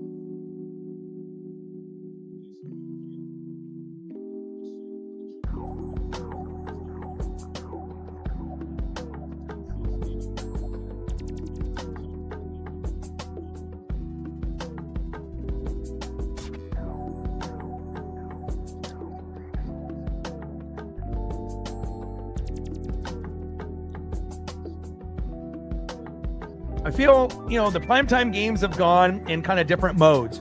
At the beginning of the year, I feel they were good. And then when we got into like October and November, a lot of them weren't good. They were kind of terrible. And then now as we're getting into late November into December, I think they're going to start to get good again. Especially when we're getting down to the end of the season and the last month before we get into the playoffs. Of course, there's going to be some matchups that are not ideal. There's obviously, some pretty good teams, but there's a lot of bad teams in the NFL this year too. So.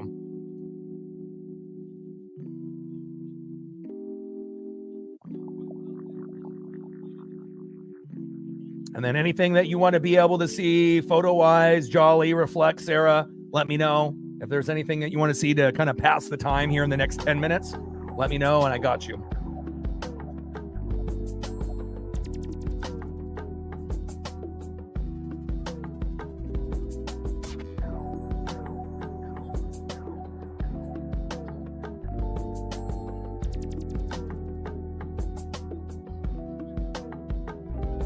Crazy.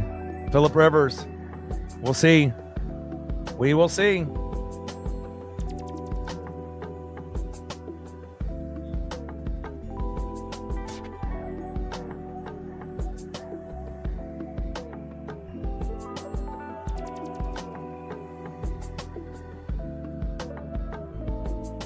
I got you.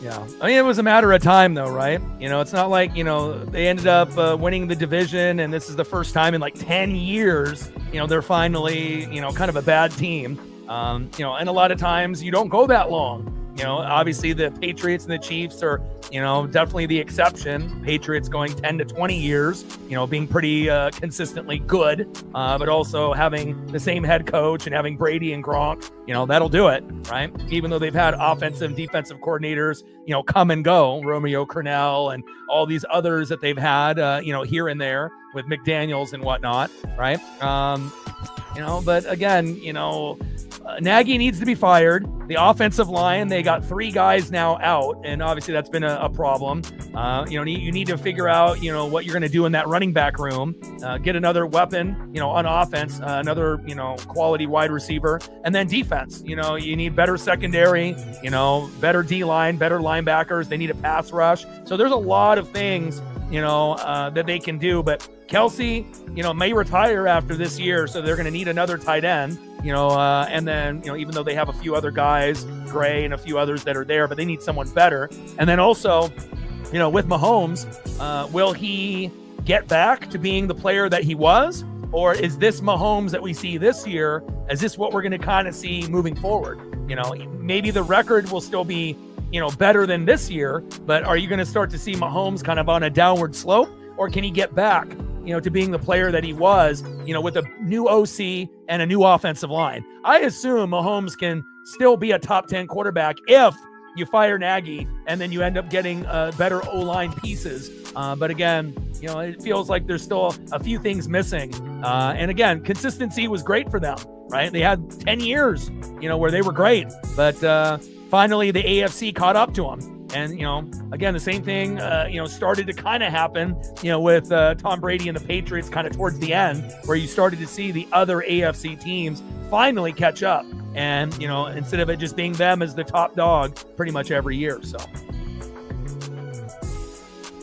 Yeah, that's been in the news as well with Flacco, but Flacco has to ask for the release from the Bengals for them to do that. So I'm not sure if that will happen, but you would assume Flacco would give you a better chance to win than Rivers since, he's been actively still playing, but then first Flacco would have to be able to get out of the Bengal contract. And obviously if he was able to, Colts, I think, could have a better chance of winning a game with Flacco than Rivers, but, we'll see.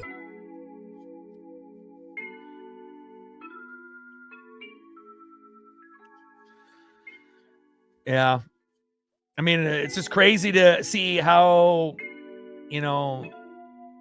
not reliable of a player that Kelce has been. It feels like the weight on his shoulders to have the reputation of being like the best tight end, in this generation of the guys playing right now. And then obviously you can tell, all the players, this is wearing down on them. And, not to say that Mahomes and Kelce are giving up, but there's been times, where it feels like the frustration has boiled over, and it kind of felt like at, times this season that both of those players, at points in the game have kind of given up, and again, for a team that's been on the top dog in the AFC, you don't want to see that. We've never really saw Brady, give up, or Gronk or anything like that. So, and then for all those people that said, we got to get rid of Andy Reid. Yeah, he's not the problem, I mean, again, the defense and Spags has still been pretty good, really, the offense. And again, Mahomes had his first 0 touchdown, 3 interception game yesterday. But again, who did they play? One of the teams that had one of the top 2 defenses, obviously with, the Texans on top of, the Denver Broncos. So you never know, how things are going to play out. We're at halftime here, 10-6 Chargers.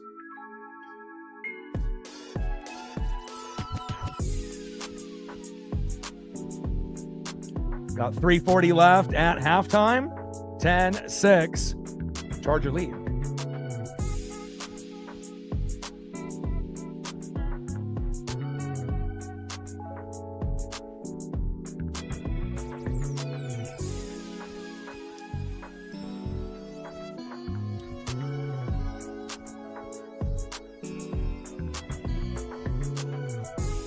It's all good. You guys can go to a different chat.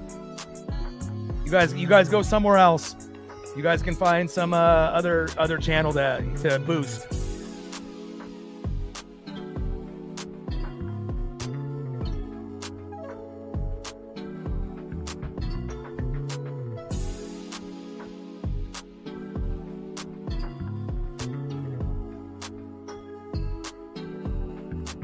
Chargers are going to receive the second half kickoff. And we got about 2 minutes to go.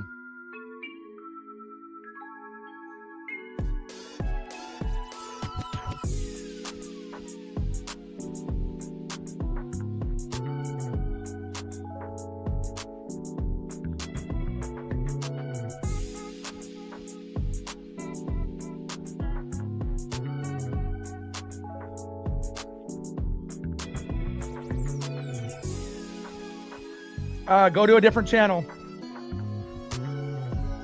Find someone else to be able to boost.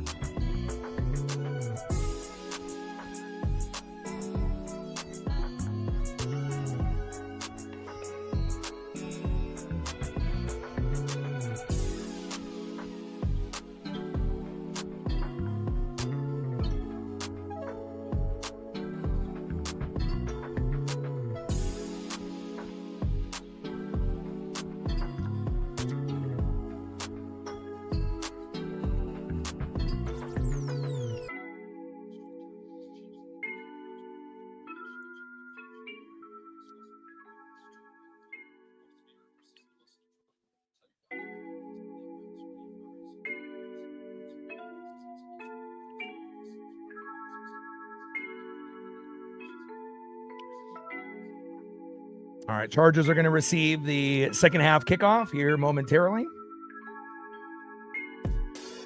And what a wild first half. Omari Hampton with a 4-yard pass from Herbert, making it 7-0 Los Angeles.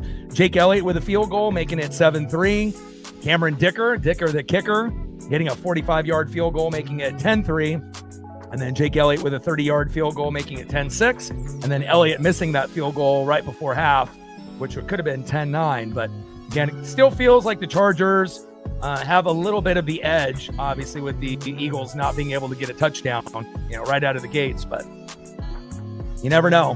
Philly is good enough to be able to find a way.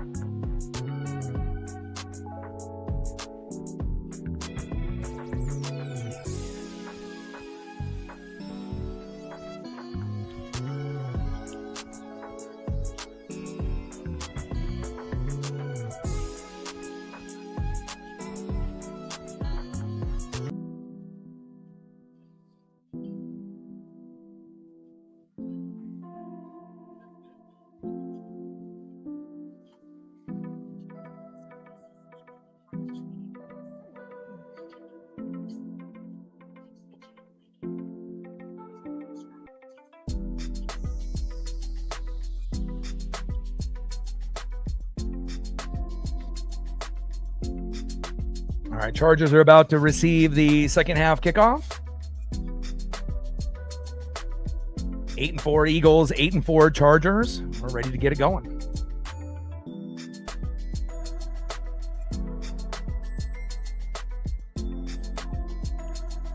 Yeah, JMU. So we got the easiest path for the college football playoffs. So home game, obviously we should be able to get done. And this is kind of the way it goes. James Madison, Oregon is at home. Then we would have to play against Texas Tech in the Orange Bowl at 9 a.m. And we can win that. And then obviously move on and probably play Indiana in the Chick-fil-A Peach Bowl. And then if we win that, we'd be in the championship game in Miami Gardens versus Georgia or Ohio State. So, but we got the easiest path, to be able to get to the championship game. So, not to say that they're going to be able to get there, but, they have a chance. I mean, you would assume if they lose, we're not going to lose to JMU, but is there a chance that we could lose to Texas Tech? Yeah, of course. But if we can play, our style of ball, James Madison, Texas Tech, Indiana, get payback, and then play Ohio State and get payback on them, that would be the path that I would want. So, yeah, Notre Dame should have got in. If there was any, school that got screwed, in the playoff, it was them. Alabama shouldn't have got in with 3 losses. So,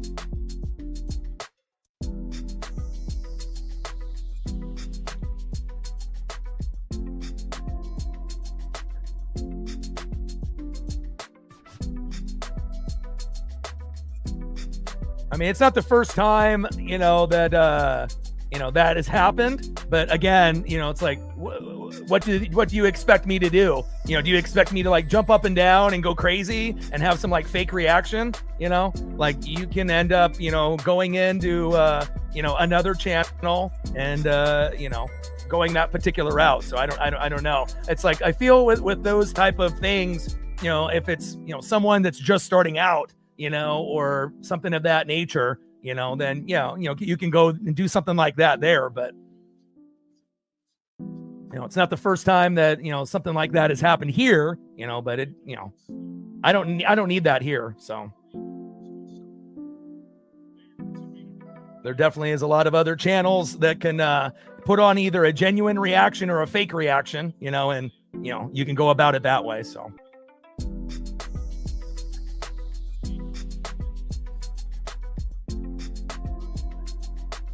Omari and Hampton towards that left tackle. No gain. Bond and Smith. Second down and 10. And Vidal there with a 6-yard gain. Third down and 4 at the Charger 39. TJ in the building. What's good? Alabama has no benefit of the doubt. They put up fucking 7 against Georgia in the SEC championship game. They got 3 losses. There's no reason that they should have gone in. Regardless if Nick Saban is coaching or it's, DeBoer, they did not deserve to get in, And a nice 5-yard run there by Justin Herbert. Bond with the coverage. First down and 10 at the Charger 44.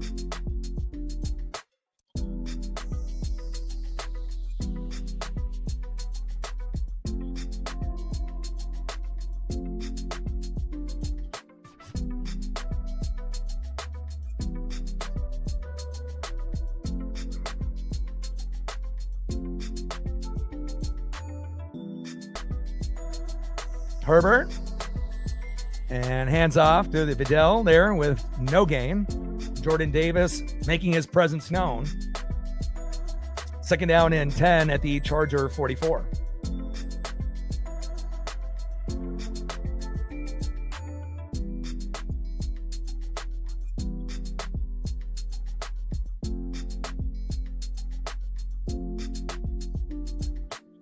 I don't know about, their AD trying to make these deals, based on where they're at. They could have joined, the ACC and, been the number 1 team there. Obviously, they're not going to join the Big Ten, even though that would be the conference that would be the best suited for them. But if they want to win every year, but again, if they want to be independent, then that's the route that they'll go. 8-yard pass there from Herbert to Johnston. Third down and 2 at the Philly 48.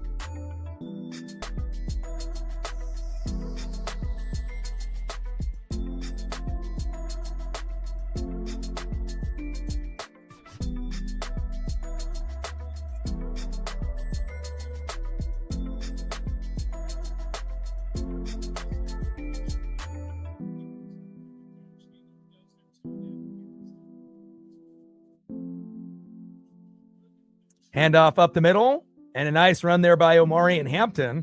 3-yard run. First down. Chargers. Move the chains.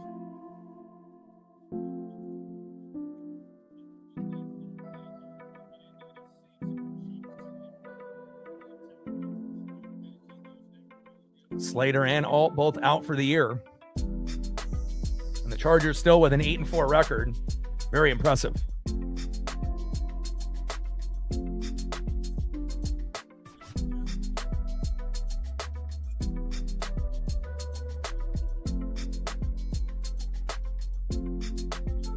And a little jet sweep. And Harris there gets a few. 3-yard run there by Trey Harris. Second down and 7 at the Philadelphia 42. Yeah, Hampton is nice.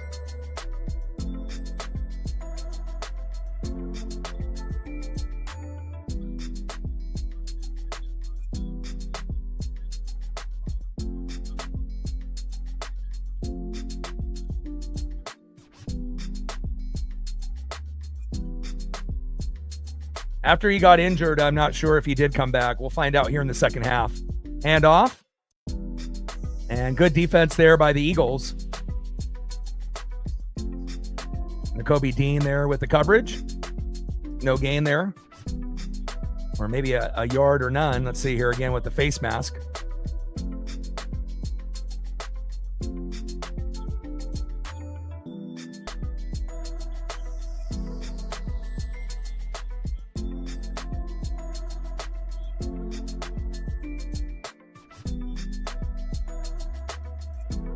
Shotgun set. Herbert. Eagles bringing pressure. Herbert steps out of the pocket. Wow, how did he get out of that? Go, go, go. Go, Herbert, go. First down. Chargers. 16-yard run there by Justin Herbert. Move the chains.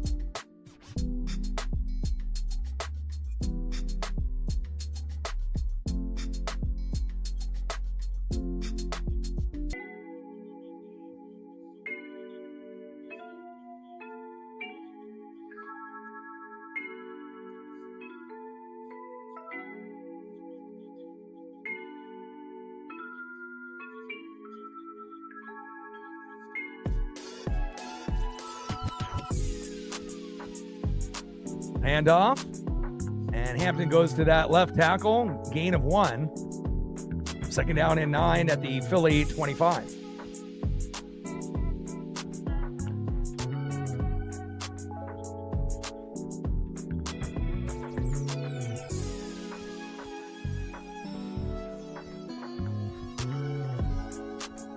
It is a fire beat.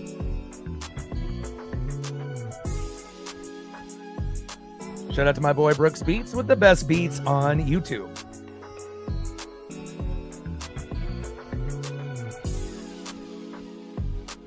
Shotgun set. Herbert, short right to Gadsden, wide open.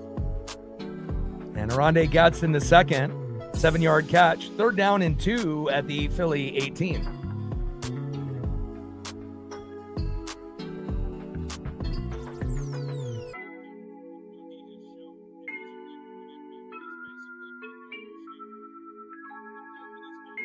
I mean, I'm probably one of the first people that has ever just said, leave, go somewhere else. But,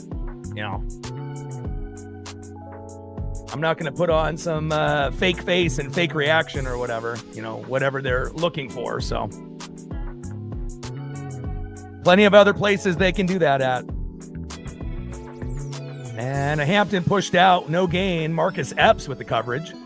4th down and 2 at the Philly 18.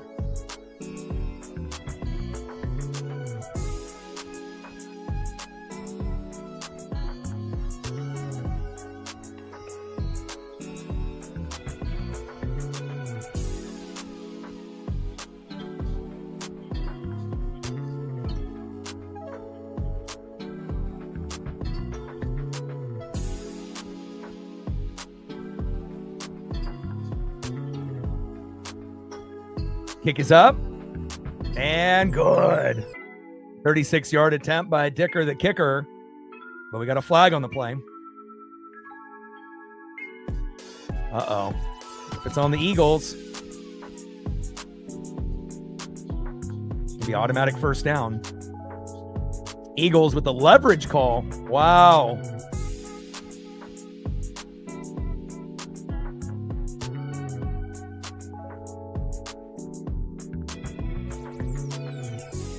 Leverage on Ojomo, huh?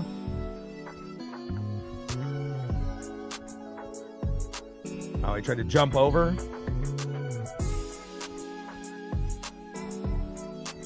All right, 1st and goal now at the Philly 9, and a bad decision there by Ojomo. He wasn't going to be nowhere near, blocking or getting a finger on that. And that's going to more than likely turn into a Charger touchdown now.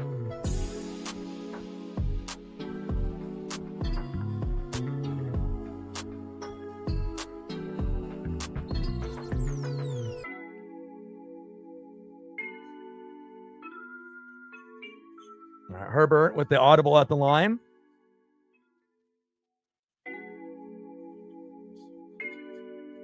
Vidal. And a loss of 4 there by Reed Blankenship. Nice tackle there. 2nd and goal at the Philadelphia 13. And then again, this is the time where you go to Ladd McConkey. At some point, it's not like you're on the 5-yard line. You're on the 13. You just wait for Ladd to be able to run a route, and you should be able to get him in the end zone, or possibly Keenan Allen. And I know they love running the football, but at some point you got to be able to try to get your stud Ladd McConkey in the end zone, or the old school vet Keenan Allen, or Gadsden, or any of the others. Trips right. Shotgun set on 2nd and goal. Herbert steps up in the pocket and gets caught. It's 12 noon. You know what time it is. Time for a sack lunch. Yum, yum, yum, yum, yum. Just nowhere to go for Justin Herbert. Young with the sack lunch. Loss of 2. 3rd and goal at the Philly 16.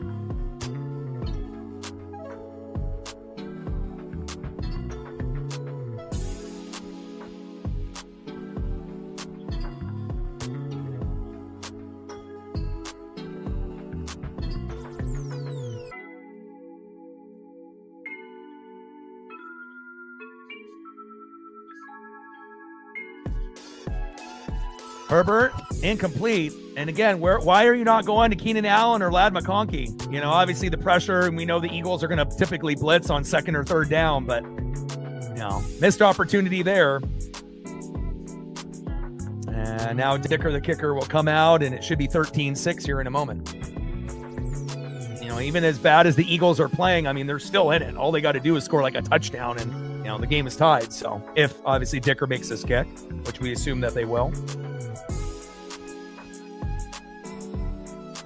Fourth season, field goals from less than 50.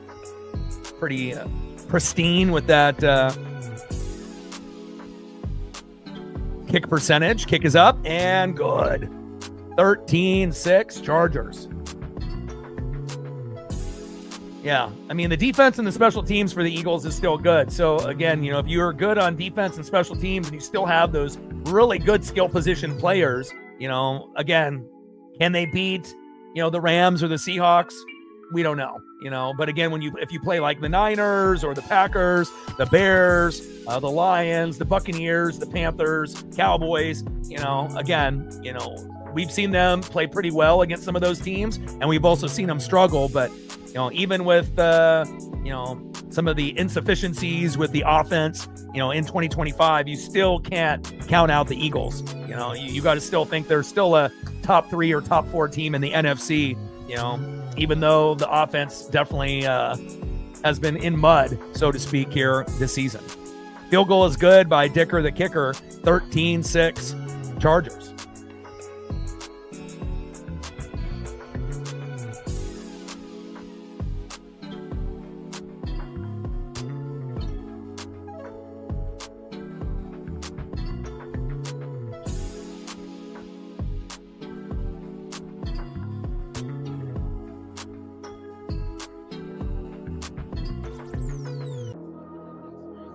Like, sub, donate, comment, share. If you haven't smashed that like button yet, please do. Help us get to 100 likes, 100 on that dono train. And 5 to 15 subs. Let's get it, baby.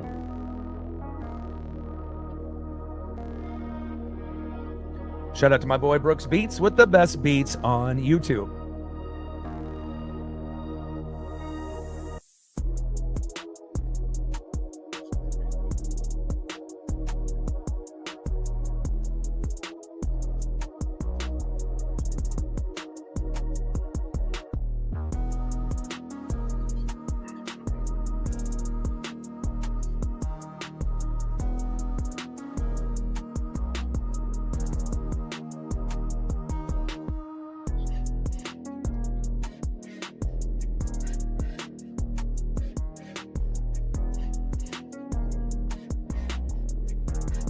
.532 left in the third quarter.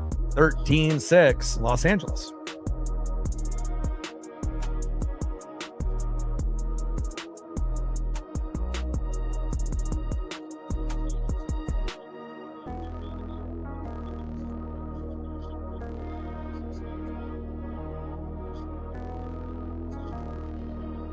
Mailata, Walter Payton Man of the Year candidate.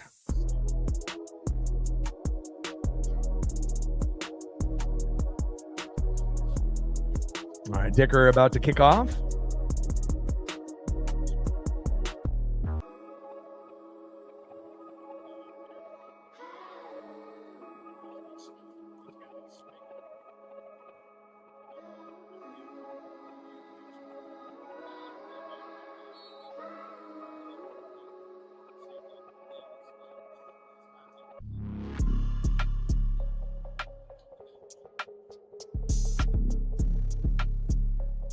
Oh, good return.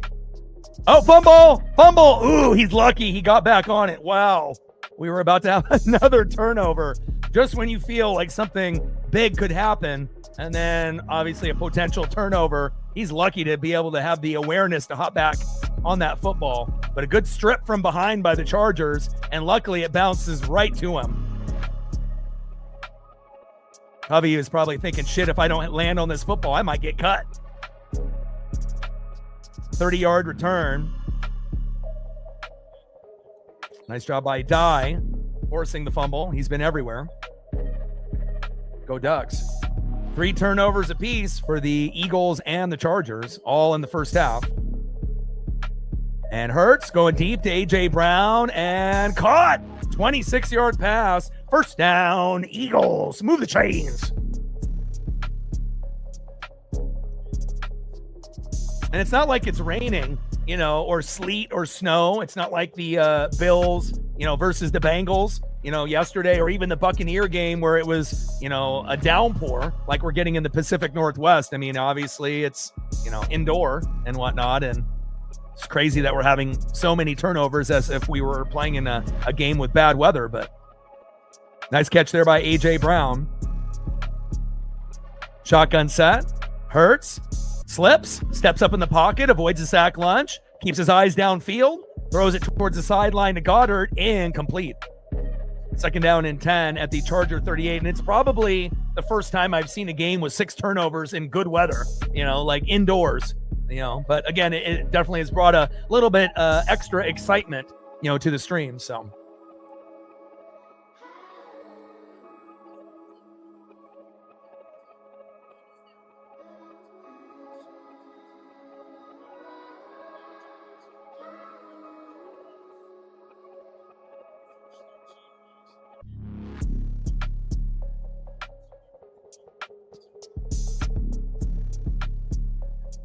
Shotgun set. Handoff to Saquon. How did he get out of that? Wow. Ooh, a little bit of a late push there. Loss of 4. Still there with the coverage. Third down and 14 at the Charger 42.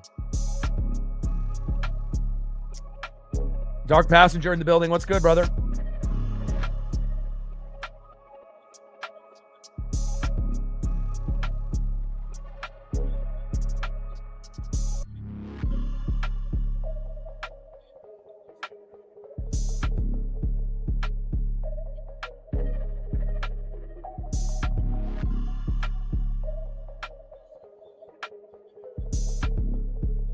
Shotgun set for Hurts on third down and 15. Caught, but nowhere near the first down marker. 6-yard pass to A.J. Brown. Henley with the tackle. And now it's going to be 4th down and 8 at the Charger 36. And if they attempt a field goal, I mean, it's going to be 50 plus. And I don't know if you're going to be able to make that with Jake Elliott, but they're going to try. I mean, missed that from 48 right before the half, and this is even going to be longer.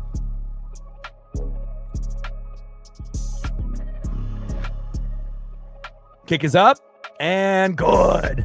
There you go. Nice job there by Jake Elliott. If you got him in fantasy, you're liking that. I mean, obviously it would have been better if he would have went 4 for 4, more points for you if you have them, but still a pretty good productive day for Elliott if you are playing fantasy and have him as your kicker. 13-9 Chargers. Low scoring game, but probably the most exciting low scoring game all season, that we've seen on a primetime matchup. Normally when we're seeing 13-9, offenses can't move the ball. Defenses might be playing pretty good, but maybe, one turnover or none, for some of the teams, not necessarily 6 turnovers, 3 apiece, and obviously indoors, but it definitely has made for some good football, and the way the turnovers have been, it's not normal, right? Normally it's like, oh, interception or, fumble recovery. But in the turnovers today, it's like, oh, interception, fumble. And then the ball might pass through a couple players' hands until the scrum is ended. And that's happened multiple times out of the 6 turnovers. I can't really remember any game in 2025 being like this. But again, I'm definitely enjoying it. And again, it could come down to whoever has the ball last. Obviously, the Chargers are still playing as the better team at home for now, but that doesn't mean that Philly can't get like a pick 6, a fumble, or some kind of drastic blocked field goal for a touchdown or something crazy to kind of give them, the victory. Even though they may not deserve the victory, you're only down 4 points. So, at some point, Hurts or Saquon, obviously, if I'm running the offense, obviously going to A.J. Brown, Devontae Smith, I would, not necessarily be going to them as often. If you're going to have to dink and doink, go to Goddard. And then you got to be a little bit more creative with Saquon Barkley and how you use them. And even, Tank Bigsby, giving him some looks as well. But we'll see what they end up dialing up. But it's been entertaining so far.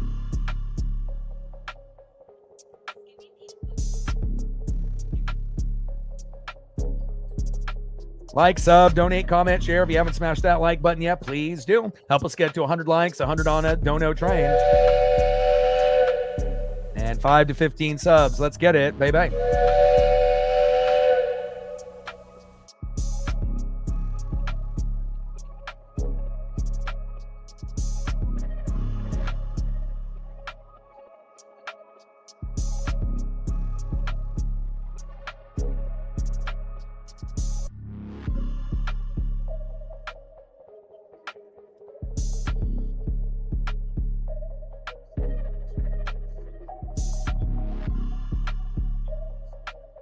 We gained 6 subs off the raid, even though I told them to leave. But I would assume all 6 subs will disappear by a few days from now, if not later tonight. So,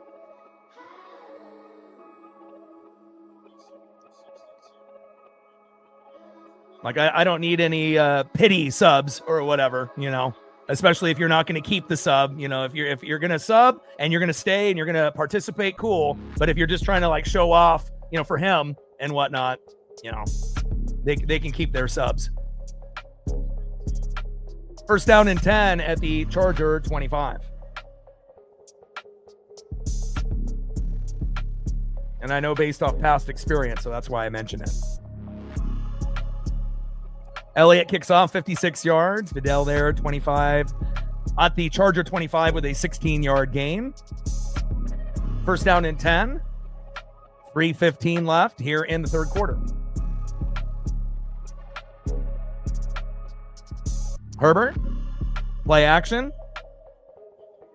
Steps up in the pocket.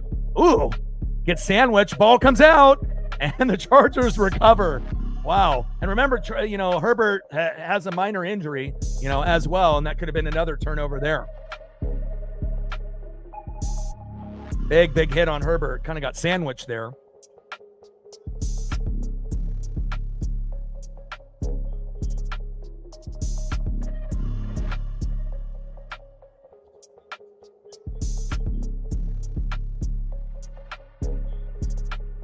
He's got a broken bone, fractured metacarpal in his non-throwing left hand, and hopefully that won't get aggravated. Second down and 5. Handoff.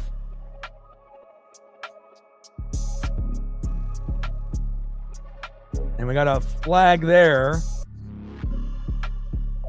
And I assume that's going to be holding on the O-line, and it is. Will Dissly, former Hawk.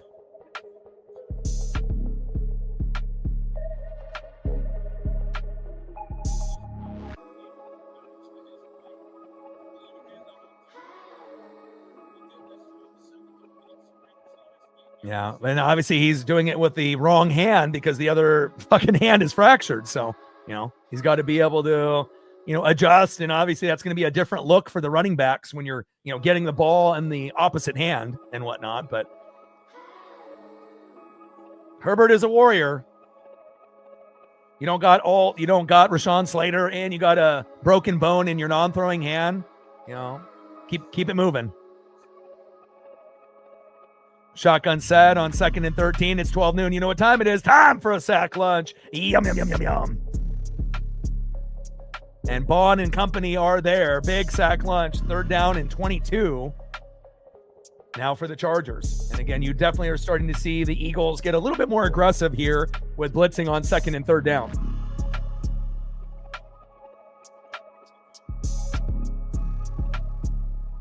Yeah, terrible attempt by Hampton to try to get the block there. Zach Bond says, "Get off me, little man."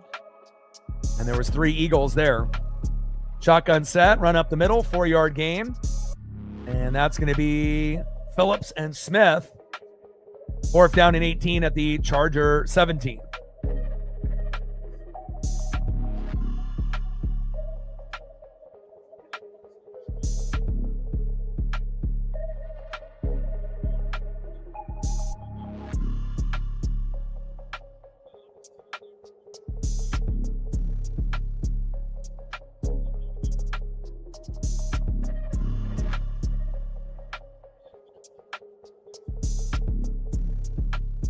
Scott with the punt, 44 yards. Fair caught there by Covey. First down and 10 at the Philly 39. And after that good defensive stop, you feel like the momentum has slightly shifted to Philadelphia. Now, we haven't had any indication that, Philadelphia is going to get in the end zone yet, but you have to assume that there's going to be some kind of opportunity, for them in the fourth quarter, to get at least one touchdown. And that might be enough to win this game. And again, Hurts going deep to try to get that PI, or to try to get that big play to Devontae Smith or A.J. Brown might be there. But again, the Chargers secondary has been pretty good this year. So again, if you test them and you throw it in the wrong spot, it could turn into a pick. So that's probably another concern that Philly has. But again, running the ball and kind of playing what the defense gives you, like they did last year with Saquon, that strategy worked. But if Saquon is only gaining 1 to 3 yards most of the time, and then once in a while getting a 10-yard, 15-yard, 18-yard burst once or twice in a quarter, it's just not enough, to be able to open up the passing game. So, especially when you're getting 1 to 3 yards for the most part. So we will definitely see if any adjustments are made. 13-9 Charger lead.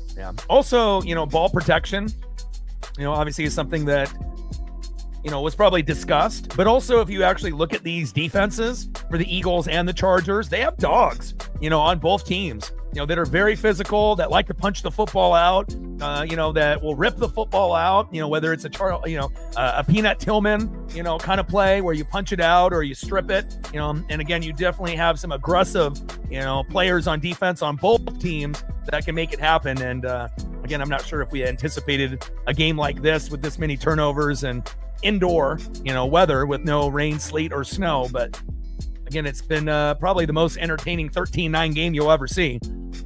And even though Philly hasn't really played very well, just field goals, which is kind of weird, for a team that's got Jalen Hurts, Saquon Barkley, Dallas Goedert, right?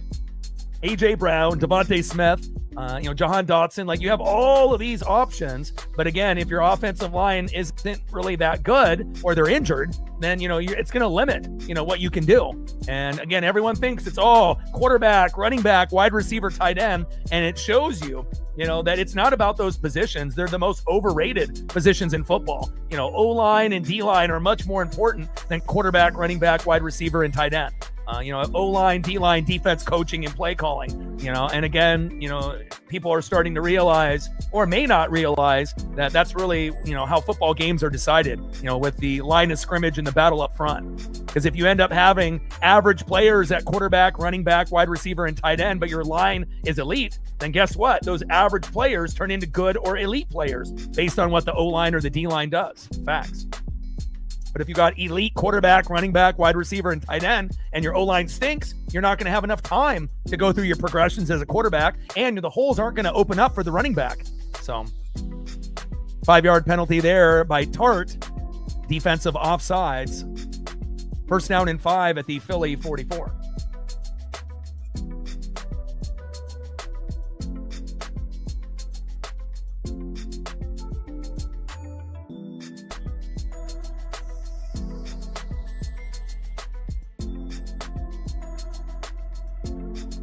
Hurts, little bootleg, rolling to his right, and just throwing it away, incomplete. Second down and 5 at the Philly 44.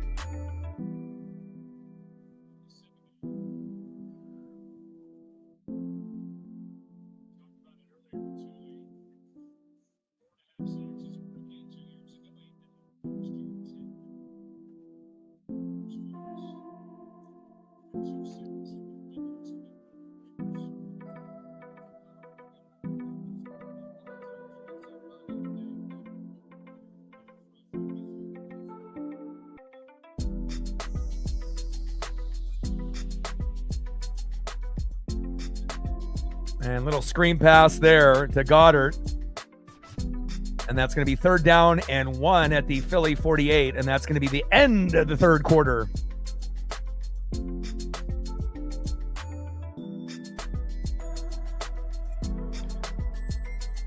Yeah, and it's not just this game, it's been all year. And again, they've brought in, all of the graphics and whatnot. And, obviously when you're ranked in the top 10 in almost every offensive category last year, and they won the whole thing, right? And then obviously this year they brought up the graphic in the first or second quarter. Almost every offensive stat is like 20th or worse. So it kind of makes sense. They don't have, and it's not just a Saquon thing. If you look at Hurts's numbers though, I believe he only had 2 picks coming into the game and whatnot, but then ended up getting a couple more, after that. He's got 2 interceptions now, but when's the last time you've seen Hurts, go 13 for 24 with 2 picks? I mean, again, but if you're going against a defense that's been kind of rowdy, it makes quarterbacks look average or below average. Look at Patrick Mahomes against the Texans. First time in his career at home, or on the road, going 0 touchdowns, 3 picks. So again, even though it might be an offensive driven league by the media, defense wins games, defense wins championships. And, even though the defense doesn't get credit like they should, obviously, they are the ones that are going to determine the outcome of games more times than not, unless we're talking about like Josh Allen and Cook for the Bills. That might be the only exception, in the NFL, because Josh Allen and Cook are so fucking good. Even if the O-line stinks and the defense stinks at times, they can still find ways with their athleticism and good football IQ where they can still outscore the opponent or keep up with a team that even has a good defense. And again, that might be the only team and the only quarterback, running back combo, that might not have like a full complete team that could still make the Super Bowl, that could still make the AFC Championship game. There is no other team that doesn't have a defense, or maybe the greatest offensive line that could make it as far as the Bills. And I think, most of us would be in agreement with that. We've seen how good Josh Allen has been, and Cook has been amazing. And again, when they would play the Chiefs in the past, they would have 2 or 3 running backs, but they would always be like RB2s and RB3s, and they weren't good enough, right? And if they would have had Cook back in the day, they would have been able to beat the Chiefs at least once, right? And make the Super Bowl. And now you finally got the stud running back. But again, you don't have Diggs there, and again, the wide receivers and tight ends could be better. Offensive line could be better. Defense could be better, even though you've added Bosa, but again, Allen is kind of in a category of all his own. He's a true one of one, and we'll see what happens, obviously, as we move forward into the NFL season. Alabama and Oklahoma. Should have been Notre Dame. And Saquon Barkley, he's going, touchdown, Eagles, whoa, unbelievable, look at this, look at that. You thought it was going to be a halfback dive, and they bounce it to the outside. That's a great play call right there. Wow, totally fooled the Chargers and everyone watching, throws the football into the crowd. That guy loves it. He gets a souvenir for a lifetime, and just like that, the Eagles take the lead. Extra point is up and good. And it shows you, the Eagles might not be very good at offense, but all it takes is one good play call and one mistake by the defense. And then you got a guy that isn't as good as he was last year, but still good enough to make plays like that once in a while. Wow. I mean, everyone was in like goal line, defensive strategy there, and they bounce it to the outside. Incredible play call. L8 with the extra point is up and good. And the momentum is shifted to Philadelphia. And again, the Seahawks and the Rams might be more well-rounded and better teams this year, but again, anytime you have a player like Saquon Barkley, even though he hasn't been the same back as last year, at any given moment, if the play call and the blocking scheme is correct, he can change the outcome of a game. And he just did right there. Still got plenty of time for the Chargers to respond, but wow. I mean, tush-push alignment, thinking, like I was also mentioning, another good play with the tush-push, if it's on the goal line, have it lined up like that and then do it like a jump pass like Tebow, and have the tight end Goddard leak out and jump and catch it. They would never expect that play, and that would be something that I would be doing at some point. Not now, maybe in the playoffs, where you just hang on to that play. But, if they line up with a tush-push and then all of a sudden Hurts kind of backs out, jumps, and throws it, I mean, what are the chances that the defense is going to be able to cover that? Probably not likely. So, but that was a beautiful play on, 4th down and 1 and that tush push goal line look, and then they decide to bounce it to the outside, and you notice every single Charger player committed, and they just, dove to the ground. So he only really had to juke like 1 or 2 defenders on the outside, and with Saquon's speed, he was gone. Wow, what a play. What a play. Incredible. Incredible. What a game.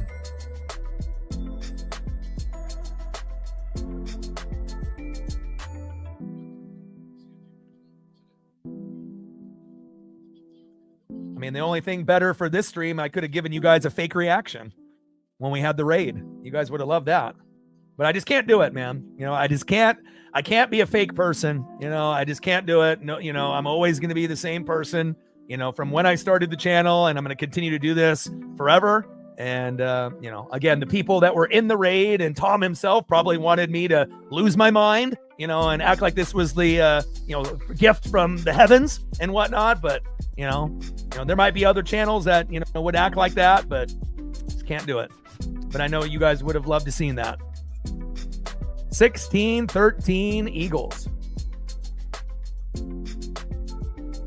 But even if I ended up doing it, they wouldn't even notice I was trolling. If I would have went crazy, running around in the room and whatnot, screaming and yelling, they would have thought it was an authentic reaction. But, just can't be like that. They have plenty of other channels they can do that with. 14:51 in the fourth quarter, 16-13 Eagles.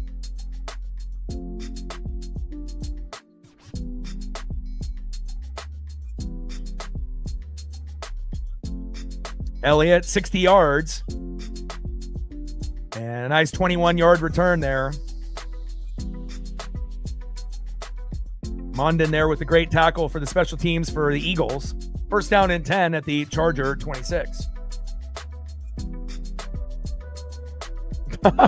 We don't have enough people, because even with the people that we have in the room, even if we were to do it, now or during, baseball season, whether it's, what we have, or even if we have over 100 in the room, during baseball season, how many people would actually do it? You actually have to have quite a few, to actually participate. So.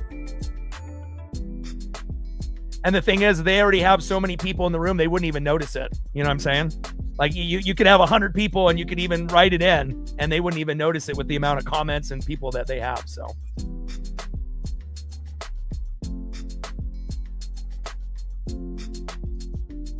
Second down and 6 turns into a Justin Herbert short right to Ladd McConkey. Finally, 12-yard gain. First down, Chargers. And again, if the Chargers are going to win the game, they're going to have to go to Ladd, in the fourth quarter.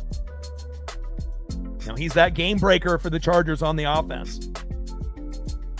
But again, obviously not a whole lot of time with no Slater and Alt, and we know the Eagle defense loves to blitz on second and third down.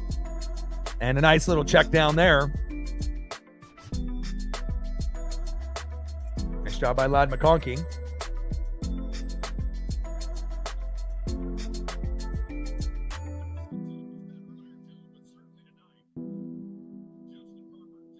And Medell there with a 3-yard run up the middle. Hunt with the tackle. Second down and 7 at the Charger 45. Yeah. Well, also, if Slater and Alt were healthy, then that would be more opportunities for Ladd McConkey, because most of his routes are, take time to develop. And again, if you don't have time for him to be able to do the routes, then he's not going to get the ball, right? So a lot of his stuff is intermediate to medium to deep routes where you saw him be productive, right? It's not necessarily like screen pass or something like a slant or a hitch. Usually it's 10 yards or further downfield for Ladd McConkey. So obviously that, is tough, when you want someone to get the ball, but, you just don't really have the right, offensive blocking with Slater and Alt not available. Second and 7, shotgun set. Herbert scrambles to that left side for a 4-yard gain. Third down and 3 at the Charger 49. And it's not like Ladd McConkey can't, run like 5-yard routes, 8-yard routes. He can, but again, the Eagle, obviously defense, the way they scheme, it's hard to be able to get a guy the ball, when you're running for your life and having a fractured bone in your off-throwing hand. So, and again, if Herbert was a smaller quarterback, the Eagles probably would have had 5 to 10 sack lunches already. Shotgun set, Herbert going deep to Vidal there, incomplete. 4th down and 3 at the Charger 49. But I like watching Ladd McConkey, and again, if they were able to give him the ball a little bit more, then, maybe the Chargers would even have a better record than they have now.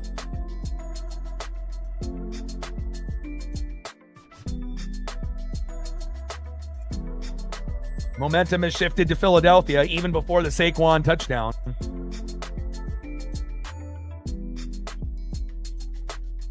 Chargers kind of feel at this point, their defense might have to win the game for them. They might have to get another fumble or interception, and then they're going to have to score off the turnover.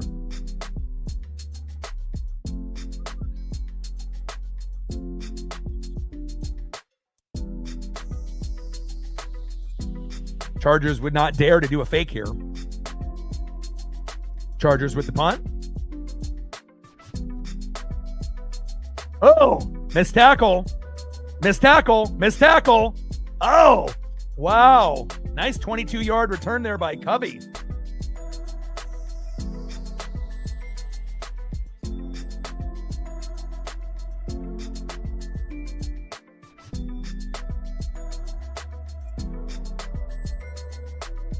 And I think, just based on how we've watched Philly play, in this game is a great example. They may not be the best team in the NFC this year, but they're still a team that could do some damage. You can't take them for granted, even though the offense has been, in mud, and, defense is good. Special teams is good. Offense and play calling could be much better. Injuries to the O-line, no Lane Johnson, but with all that being said, the only 2 teams that, might be better right now are the Hawks and the Rams. But if they play in Philadelphia, Philly could win, at home. But again, Philly on the road can still win games. They got a 4-2 record, but again, really where it gets challenging is the next tier.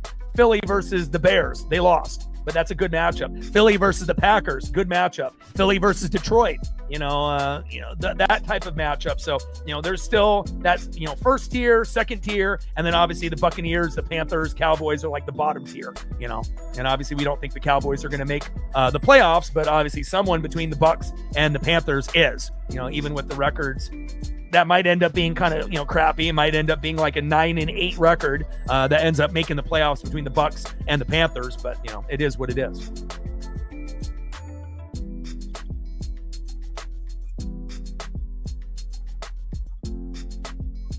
Yeah. And obviously when Lane Johnson, if he's healthy and comes back, that will definitely give them a big lift. Even with, Tristan Wirfs, like you don't really assume that one offensive lineman will make a big difference, but it really does. Like when I don't have Tristan Wirfs, I have no confidence that we can win. It's like he makes such a difference in the run game, for Bucky and for Rachaad White and Tucker. But not only that, it's also blocking downfield on other plays. He's a guy that can get to the second level and even the third level, where you're going against like the lineman, the linebacker, and then in the corners and the safeties. And again, when you get a guy as good as Wirfs or Lane Johnson, those are guys that, can impact a game and help you win a game, even just by themselves. And, we'll see, how that plays out. And Lane is scheduled back pretty soon. I believe December 14th. Let me take a double look here. But I'm pretty sure that's what it said. Yeah, so it looks like December 14th is the estimated return, but it could be delayed. And we'll see if Lane Johnson's foot will be better by that point. That'll be good for Jalen.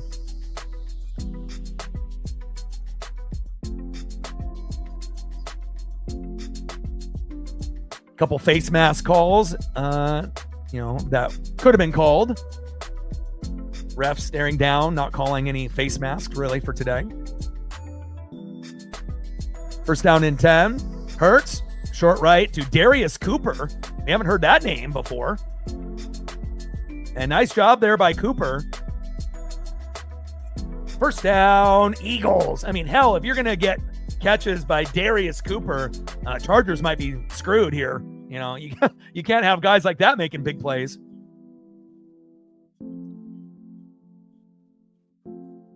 well, I think most of us regulars, that are, here in, the streams, we all have our expertise, whether it be baseball, basketball, football, hockey, NASCAR, wrestling, or all of the above, or some of those things. So,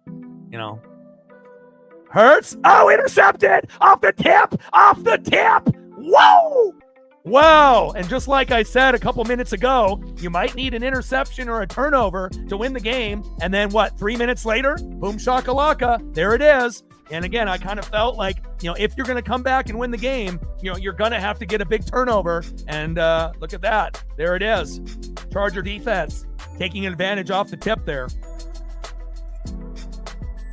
I mean, sometimes you just know, I know the tendencies of certain players, and again, A.J. Brown should have had that. Goes up in the air, interception, Chargers. Magically right in their hands. What a wild fucking game.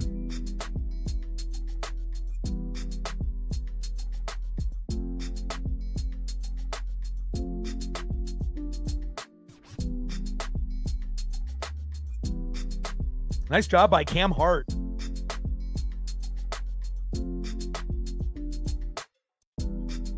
First down and 10. Herbert. Uh-oh, it's 12 noon. You know what time it is? Time for a sack lunch. Yum, yum, yum, yum, yum. Young and Hunt are there. Second down and 10 at the Philly 35. And the crazy thing is, with 7 turnovers right now, we're probably not done. We're probably due for at least one more. I don't know if we'll get 2 more, but, with 10 minutes to go, probably a good chance of a fumble or a pick, at least one more before this game is up. And obviously, if there was, an opportunity to get one more, it probably will end up being, it could be even. Could end up being 4-4. Not to say the Chargers can't get another one and be 5-3, but 6 sacks for the Eagles, only 1 for the Chargers. Little run up the middle by Kamani. Third down and 5 at the Philly 30. Yeah, it's a turnover party. You get a turnover. You get a turnover. You get a turnover. And then we have to ask ourselves a question. How many, is the record for turnovers in a game? And how many is the record for turnovers in 2025 in a game? Like, are we watching the game right now? Is this the record? It's got to be, right? This has got to be the record for turnovers in a game in 2025. Herbert. There we go. Keenan Allen with the catch. 10-yard pass. First down. Chargers.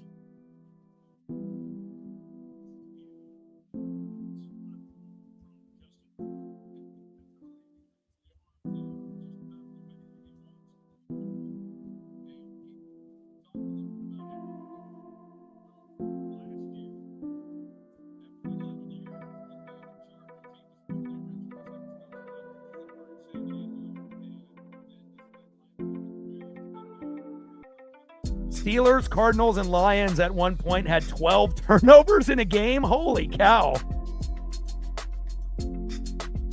So we're not going to be able to break the record. We're not going to be able to get to 12 with only less than 9 minutes to go, but we're definitely having a good one, though. Omarion Hampton there with a 4-yard run. Third down and 3 at the Philly 13. Golly, that's a lot of turnovers. Most turnovers all time in a game. Steelers, Cardinals, and Lions with 12. Holy moly.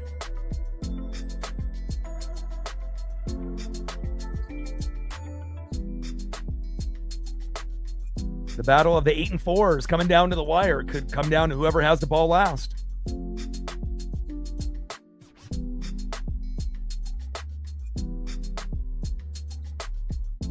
Both defenses very physical. And both got a lot of ball hawks, as we've seen, obviously, today. Broncos 11-2, they're legit. Patriots, the most well-rounded team in the AFC, they're legit. Jags and Texans getting hot at the right time. Obviously, the Bills, the best team with no defense at 9-4 that could make the AFC Championship game or the Super Bowl. And then, obviously, the weakest team, kind of like the Buccaneers at the moment, the Steelers at a 7-6 record. Herbert incomplete, short right, and now it's 4th down and 3 at the Philly 13, and Dicker, the kicker, will end up coming up. You know, what's really crazy, when Minnie was in here, we were kind of joking, about Jameis Winston, being a commentator. And then obviously a few days later, he ended up doing it yesterday. He's great. Like, he's going to be more famous as a commentator, in the pregame shows and the postgame shows than he actually is as a football player. Kind of like Tony Romo gaining the fame, as being the color guy with Nance. Kick is up and good. But Jameis, based on just his personality and the way that he speaks, he is going to be huge when he's done playing football. He's going to have a contract for life, whether it be ESPN, CBS, or Fox. It's going to be incredible. And I would assume it will be Fox that'll pay the big money. And, Jameis could end up getting, 20, 30, 40 million a year by just talking football, and super entertaining if you guys didn't see it. He dressed up as Terry Bradshaw with the wig, did the whole gap tooth with Strahan, and then, just kind of the chemistry that he has, with Charles Woodson and Edelman and a few of these other guys. He can blend in pretty much any broadcast group. And it's just kind of weird, that we talked about it. But if you go online and look on it, social media, Instagram, Facebook, or X, Twitter, you'll find it. But there's a couple of different things. There's one clip where he's talking about Liam Cohen, going about Duval and like how to say it, the right way. And again, he's very witty and he's very quick, and he has again, when you can talk, and again, we've seen him with the, pregame, speeches, kind of trying to be like Drew Brees, but not everyone really taking him serious, right? Because he's such kind of a comedic figure. But that's going to work out perfectly, for him talking about football. And again, he is going to be more famous after his playing days are done. There's no doubt about that. And I was very impressed, with what I saw. Like, I knew he was going to be good, but again, I didn't know that they were going to try him out, obviously this weekend, after we just talked about it like 2 days ago. It's like the sports gods knew exactly what I wanted. They're like, oh, you want Jameis? Well, here he is as a special guest, guy talking with, a lot of the, vets and, the obviously main commentators at that particular time. But I can't wait till he's done playing and the crazy things that he'll be able to say. You'll love it. And again, he might have not been taken seriously, by the players and the coaches and whatnot, but it's going to make great TV when he's done playing. Absolutely. Dicker with the kick is good. 16-16 all. And again, a game with 7 turnovers could come down to whoever has the ball last. And man, what a game. One of the most entertaining games under 20 points all season. Wow.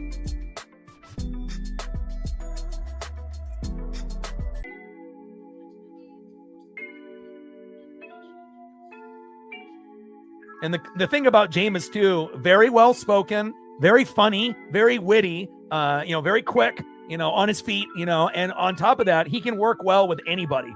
And you can put him in any group, CBS, Fox, ESPN, and it's just going to be magic.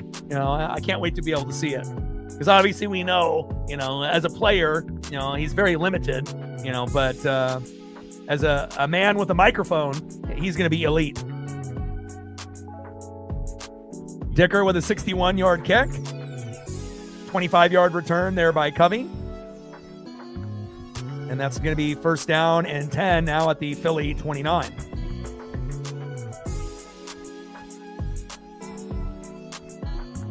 And I think the thing about Winston that makes him so good on the microphone, sometimes he's not even trying to be funny. Like, he's not forcing it, but just like who he is with his facial expressions and the way he talks, he's going to be so good. Can't wait. I mean, there's nobody like him on the planet, so it's going to be awesome. Such an animated character, Jameis Winston. First down and 10, Hurts, short left to Devontae Smith, who's had a quiet night. 3-yard gain, Perryman and Mickens with the tackle. Second down and 7 at the Philly 32. Yeah, I agree. We definitely need more, guys that have a personality that actually know football.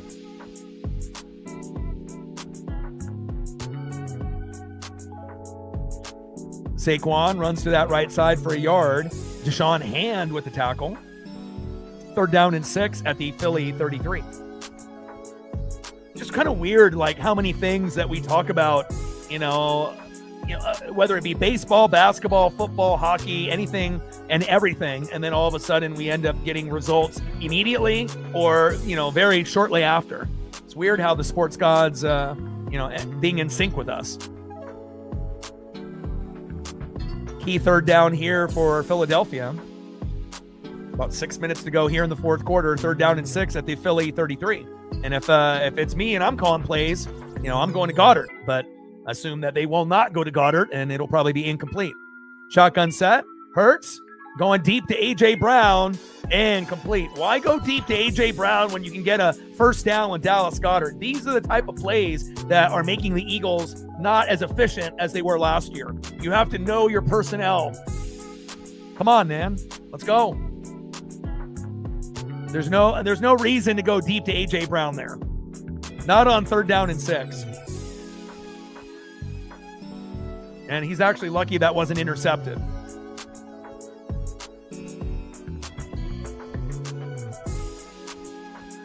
Jackson and Pelotu with the coverage.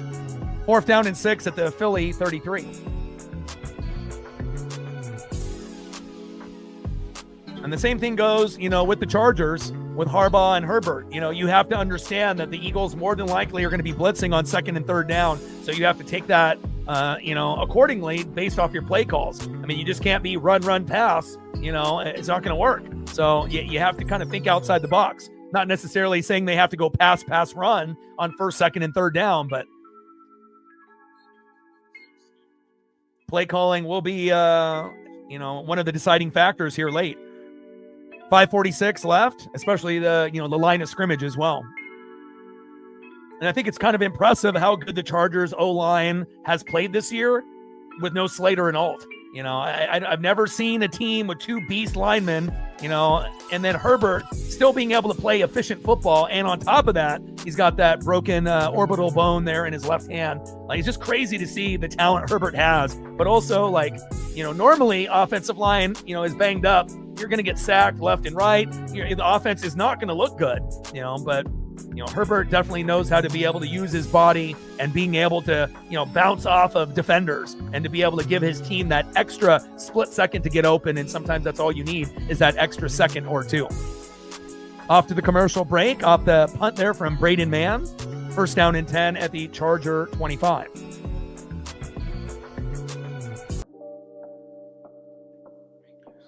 Like, sub, donate, comment, share. If you haven't smashed that like button yet, please do. Help us get to 100 likes, 100 on the Dono train, and 5 to 15 subs. Let's get it, baby.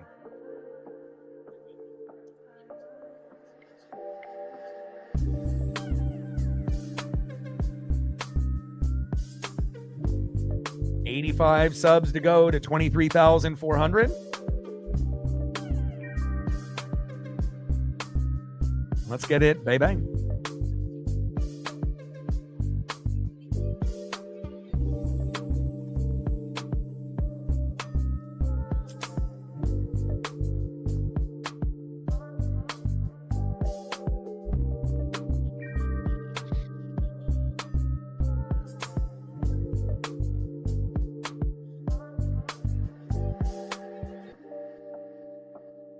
Who would be great at color for football, but obviously has gotten promoted so many times that you probably won't see him, in that role, is obviously Nate, Burleson, who ended up being on Good Morning Football and now is with CBS and whatnot. But, that's one of those guys that could be great at color, but obviously is so well-spoken and has been promoted so many times, you're probably not going to see him take that role. But, that would be someone that would elevate, what we get on the NFL side for sure. We got Jim Nantz and Tony Romo, and then you got Gus Johnson and Joel Klatt, to me, who are the best. I always loved John Madden and Pat Summerall. Everyone's got their, kind of favorites from when they were younger and what we have currently and whatnot. And I do like Kirk Herbstreit. I do like Herbstreit. Herbstreit is very well-spoken, and he obviously knows football. Nice job by Jalen Phillips, who's been a menace since he joined the Eagles. That's a great pickup for them, for Philadelphia. Loss of 1. 2nd down and 11 at the Chargers 24.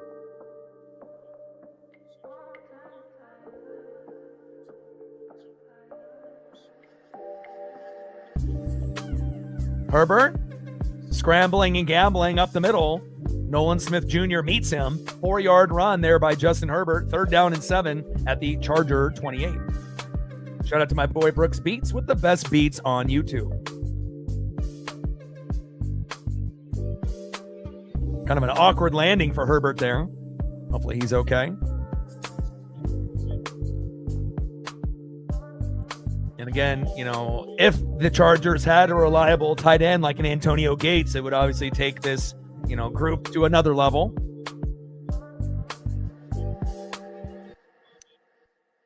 Shotgun set. Uh-oh. Jordan Davis says not today. 12 noon. You know what time it is. Time for a sack lunch. Yum, yum, yum, yum, yum. And again, in a game where they don't have Jalen Carter, again, Jordan Davis says no problem. I'll be able to step up, and he gets the job done. And Herbert, you know, tried to bounce it to the outside and, you know, kind of get away, but Jordan Davis has got some strong hands to bring that defender down or offensive player down. 7 sack lunches for Philly, only 1 for the Chargers. Wow.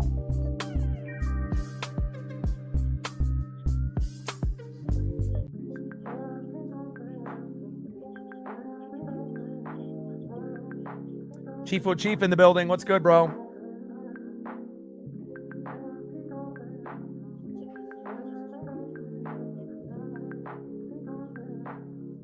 And it kind of feels like the game is slipping through the Chargers' hands. Like, even though Philadelphia, you know, hasn't played the prettiest game, all these turnovers that we've had, 7 combined, you know, it looks like it's going to be enough with the momentum that they've gained in the 4th quarter that Philly is going to end up winning this game by either 3 or 7. You know, they're either going to get a touchdown or they're going to get a field goal and they're going to win. You know, unless Jalen has another turnover and then the Chargers capitalize and they win by 3, but we will wait and see. You know, I would assume they're going to be very selective, you know, with the types of play calls here in the last 3:33. But the game is obviously in reach, you know, for Saquon and company to win it for Philadelphia.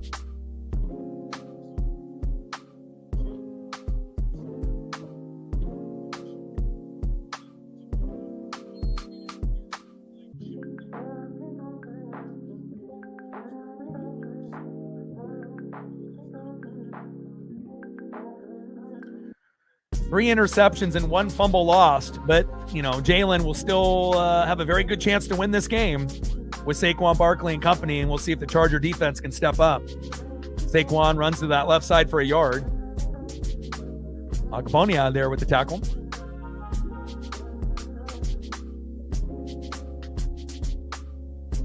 Yeah, I got soaked twice today with Paisley, so...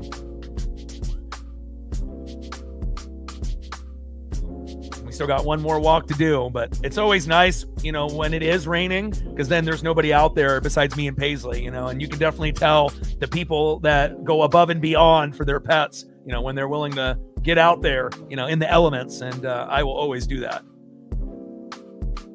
Devontae Smith, man in motion, Hurts, A.J. Brown is there, and caught, breaks a tackle, there we go, 1st down, Eagles, even a nice little hurdle, hitting that triangle button at the sideline. 1st down, Philly. And again, the Chargers, you know, had the momentum in the first half, but Philadelphia has been able to gain the momentum here in the 4th quarter.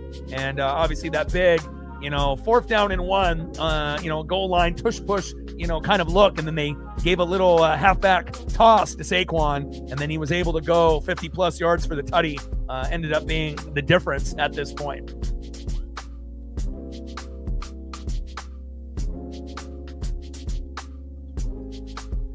Five receptions off 9 targets and 80 yards for A.J. Brown. 1st down and 10. And throw to Dallas Goedert as he's falling down, incomplete. 2nd down and 10 at the Chargers 44.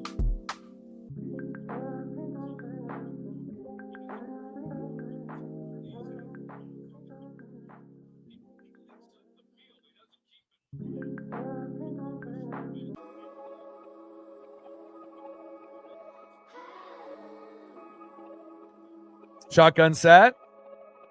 Hurts. Brown. 19 yards. Hart there with the coverage. Oh, my. Oh, my. 1st down and 10 at the Charger 25. And again, they're starting to get a little bit of rhythm there Timeout by the Chargers, but this might be too little, too late, especially with the, Uncle Mo, right? The Uncle Mo and the momentum. And Uncle Mo is real. Peter Schrager would know, he loves using that term. Wonder where he got it from. 2:33 left in the fourth quarter, 16-16 all.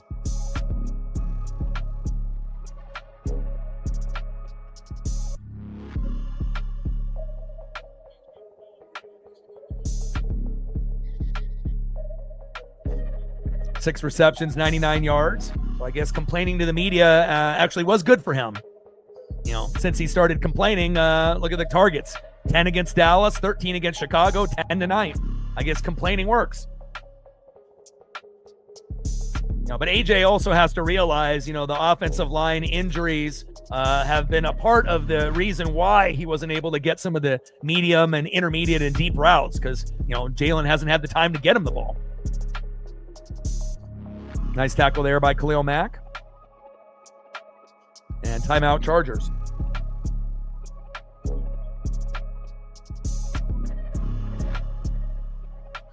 All right, Chargers got the Chiefs, the Cowboys, the Texans, and Denver. Holy hell, that's tough. And then the Eagles got the Raiders, terrible. Washington, terrible. Buffalo, amazing. And Washington, terrible. So the Eagles should end up winning 3 out of the last 4. So they should be able to win that. So obviously, and we'll see if they end up winning this game here tonight. So Philly could still end up being 12-5. But the Chargers, though, what is their record going to be?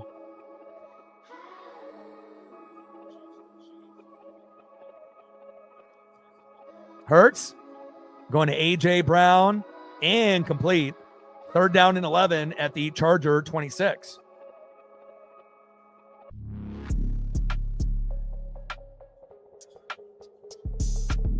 Wow, A.J. had it in his hands as well.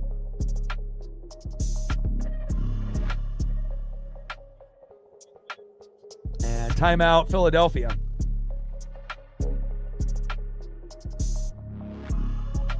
But if the Eagles get held to a field goal, the Chargers could get one. It could go to overtime. I'm not sure if we're going to get touchdowns by either team here in the last 2:23. Gosh, tough. What happened to my hands? So close. Perfect pass. You can't blame Hurts on that one. That's all AJ.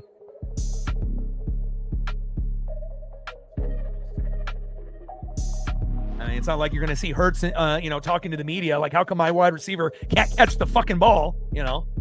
Obviously Jalen is too mature for that. So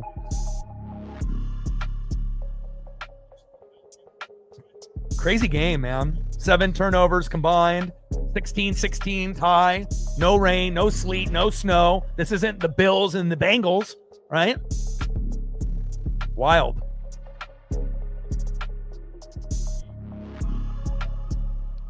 Shotgun set, Hurts, going to Devontae Smith, and incomplete. 4th down and 11 at the Charger 26, and this will end up turning into a field goal attempt here momentarily.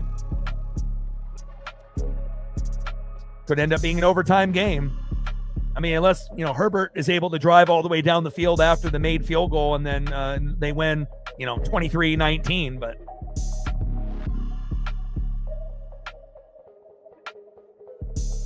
Both teams kind of have the same similar scheme, that like to be able to blitz, on 3rd down, but also sometimes on 2nd down. The battle of the 8 and 4s. Kick is up and good. 19-16 Philly, but will that be good enough? You got 2:16 left. And again, if Philadelphia's defense can come up with some sack lunches, and, again, if Philly's going to win, it's going to be based off the sacks and the defense. And obviously the Chargers, if you're going to be able to get into field goal range, you got to get Ladd McConkey the ball. And if that means, going deep, like Hurts has been doing with AJ, you got to do that with Herbert. And we obviously know Blankenship and DeJean and a lot of the guys, they can make plays back there, but at some point you got to go deep to Keenan Allen or Ladd McConkey to kind of stretch the field out. I don't think you're just going to be able to run, and then eventually, score a touchdown. You might be able to run, a few times and then pass a few times and get a field goal, but play calling will definitely be very crucial here, as well as the offensive line giving Herbert just enough time to make a play. 0 touchdowns, 3 picks. Crazy. We saw that with Mahomes yesterday, and now we're seeing it with Jalen Hurts. When you don't have offensive line, that's what happens sometimes.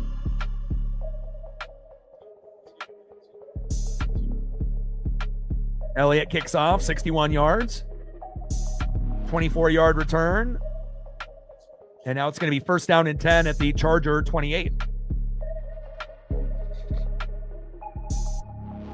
Fun game. Lots of turnovers.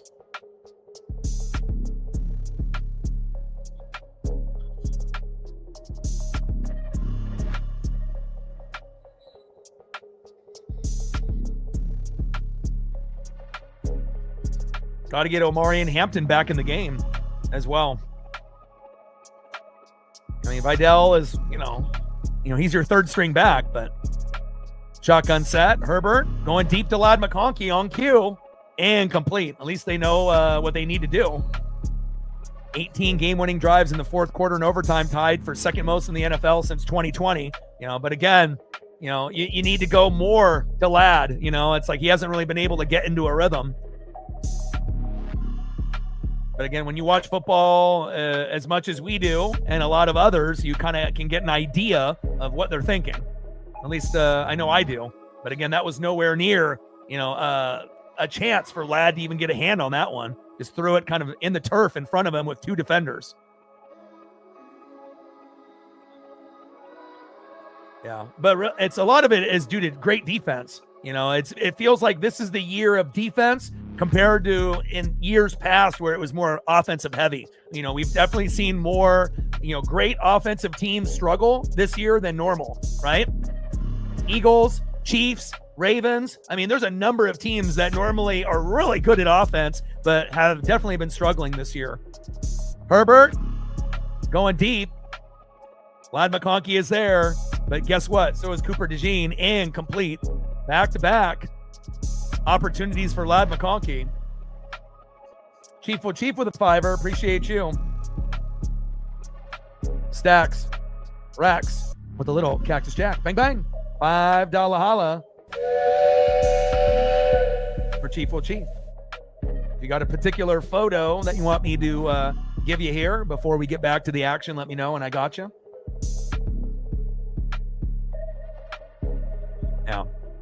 And I mean, it's not only just smarter and faster, with some of the defenses, it's scheme, and it's also who the D coordinator is, So again, like look at the Niners. They have a bunch of no-name players, but they got Saleh. So it shows you, you would have thought, oh, the Niners are going to fall back, from the Seahawks and the Rams, but they haven't, because they got Shanahan calling plays, and he's one of the best play callers in the game with Sean McVay. And then you got Saleh, calling the plays. And again, they don't got Fred Warner. They don't got Nick Bosa, right? Dre Greenlaw and Talanoa Hufanga went to Denver. They have literally nobody that is a name that's playing on the Niner defense, and they still win games. So that shows you, not only is it about who you have, as a defensive coordinator or offensive coordinator, it's about the scheme and do they believe, and if you can actually get the players to believe in someone, then that's how the Niners have a no-name defense and they're still able to compete week in and week out. Facts.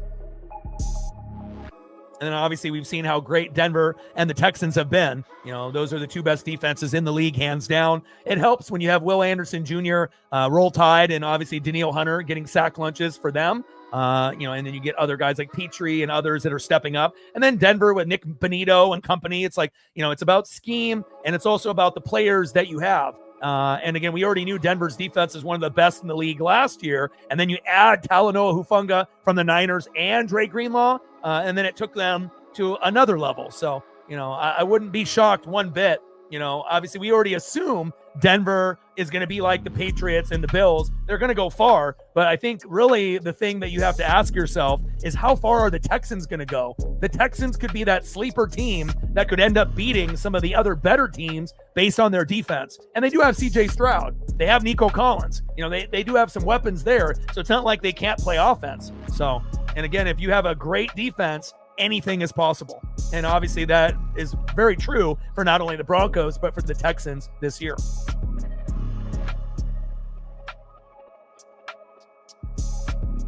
Love me some defense.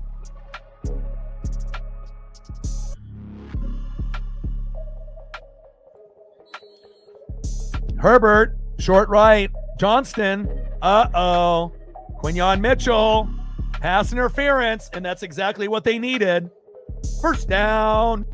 Chargers, move the chains.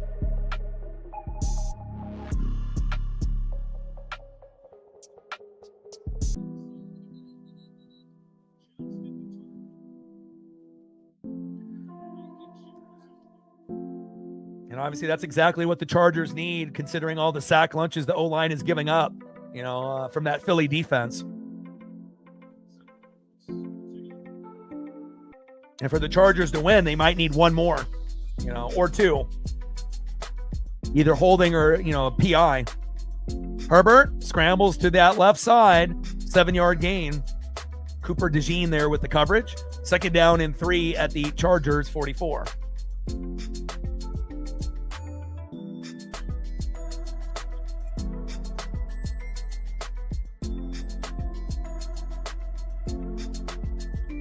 Herbert is crafty, man. May not be as popular as Josh Allen or Joe Burrow, but, all three of them are very special.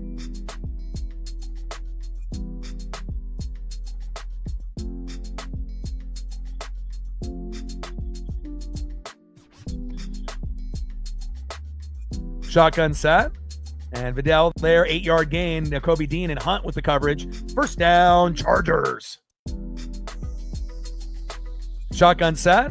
Herbert, short right to Keenan Allen. 6-yard pass. Second down and 4 at the Philly 42. Chargers gaining a little bit of momentum here. They got to get Omari and Hampton back in the game. Definitely feels like they're going to end up tying it up at the very minimum, which could lead to overtime. But if they score a touchdown, that could be the difference, especially with less than a minute to go.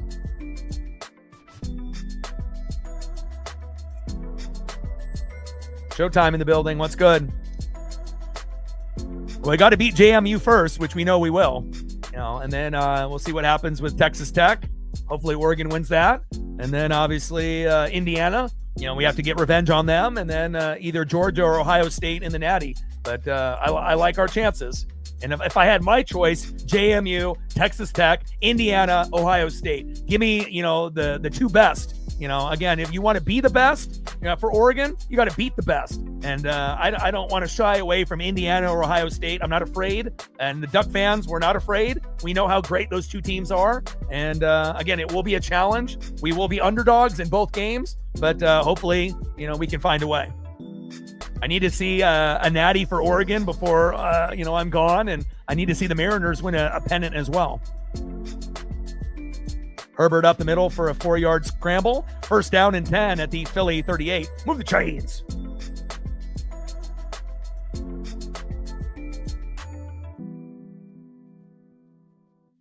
Great awareness there by Herbert.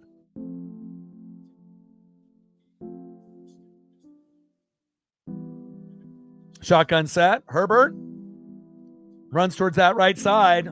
Beautiful. Michael Carter, the second there, the corner with the tackle. Second down and 1 at the Philly 29. Timeout, Chargers. Yeah. And the only way that this game doesn't end up being an OT game is that Herbert throws to Ladd McConkey for a touchdown and they win. But do they have enough time and the right play call and the right route for McConkey to actually get the touchdown? I feel like that would be the player that would win the game for the Chargers if, they were able to get that scenario to happen. Otherwise, we might end up, going into OT. But again, we still have time left. 21 seconds left. Herbert could also run it in himself. He's been doing pretty good with that at this point, especially if the blitz is coming, and you're not going to be able to have a whole lot of time. Then, just use Herbert with his legs and do some damage that way. Shotgun set. Herbert, short left, incomplete. Third down and 1 at the Philly 29.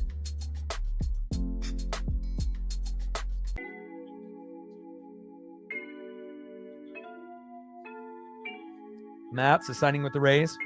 Yeah, we're going to get more and more baseball news, obviously as the days keep progressing.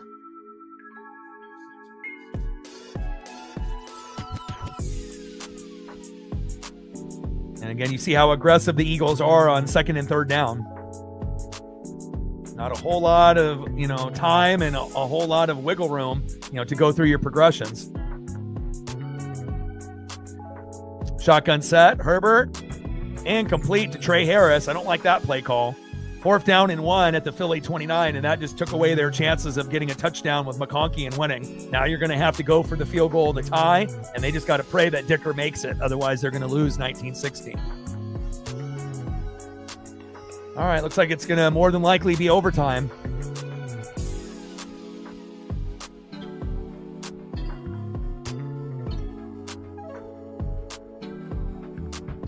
Yeah, terrible play call.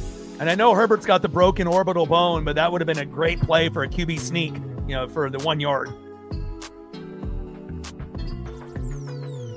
Field goal is up and good. Dicker makes it. And you got 8 seconds left. We're going to OT, baby. What a game. 7 combined turnovers. 19-19 game. Momentum shifting from one team to another. I mean, really the one difference is one team's got, 7 sack lunches. The other's got 1. Philly with the 7 sack lunches, but very entertaining game. And it's about damn time, right?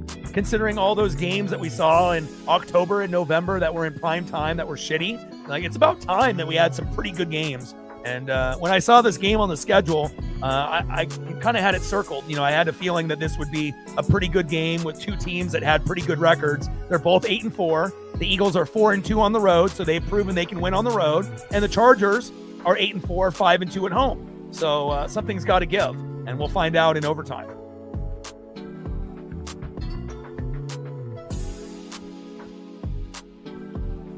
Got JT in the building. What's good?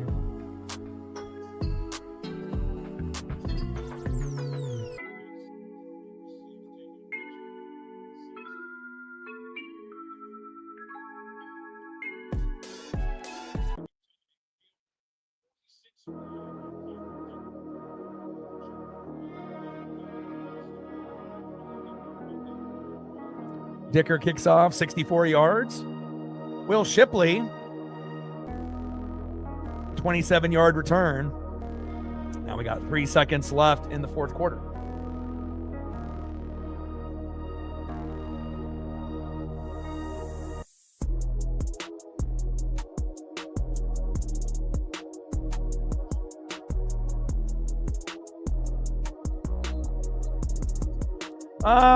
Just grinding, just grinding it out, nothing really too new. We had a Grossi raid at halftime, but they didn't get the reaction from me that they probably wanted. They probably wanted me to lose my mind, go crazy. Oh my God, Grossi raid, but it's not like I haven't had one of those, before years ago, but I told them to leave. That's probably not what they wanted to hear and whatnot. Probably the first person that's ever said that to them, but I said there's plenty of other channels for them to go to. So, and Ian, even if I had a fake reaction, all the people that came in probably would have thought it was real. So I just can't be a fake person. End of the fourth quarter, 19-19, Eagles and Chargers.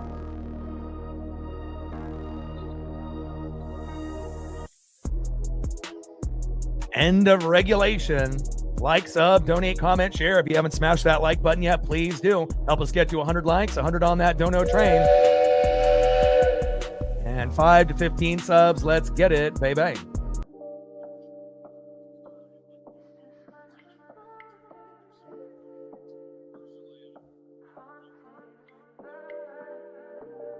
I would like to work, 6-7 days a week, but unfortunately, if we're not going to get the proper support, if I do like NBA or NHL, I want my mental health to be good and whatnot. So, we'll be doing, obviously Sunday night, Monday night, Thursday night, and then something, possibly on Saturday and whatnot. But I want to work on Tuesdays and Wednesdays and Fridays and whatnot, but, I have to be able to, look at the metrics and look at, the support and whatnot, unless we started to do something like, Mariner talk, where we end up just doing, stream for, just anything baseball related, in between the week, but I don't know if we would be able to get enough people to make it worth it to do that. But, at some point, once we get into baseball season, then we'll be working pretty much 6-7 days a week, but that's not until March. So we still got to grind it out between now and then before we get into baseball season.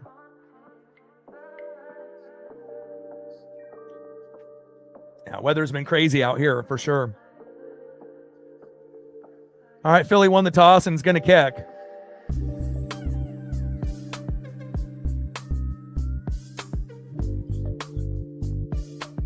Shout out to my boy Brooks Beats with the best beats on YouTube. End of the fourth quarter, 19-19 all between the Eagles and the Chargers.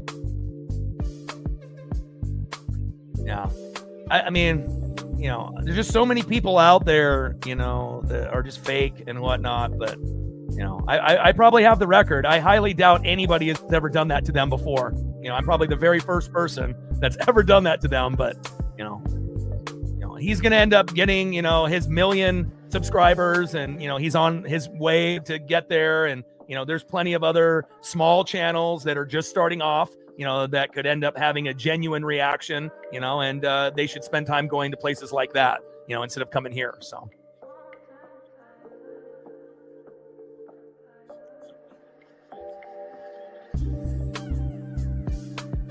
Yeah, and it was good for me too, since I'm kind of the face of the Mariners on YouTube. So, again, not only was it a magical season for the Mariners, it was a magical season for us here on the channel. We had the biggest growth, for a year in, year out, this season, compared to the last few years. We definitely broke out, and, we hit some very, very big views, going from, initially, maybe 300 to like 1,000 views. And then we were going to, from that to like, 5,000 to like, 80,000 views. So it definitely was very exciting to be able to actually get, the, support that I've always wanted. And, as long as the Mariners continue to, be a good team, we're going to continue to grow, based off that. Not to say that we're not going to grow when we do football streams and college football and other things for NFL or college football, but you're definitely going to see the most growth, for the Mariners. So.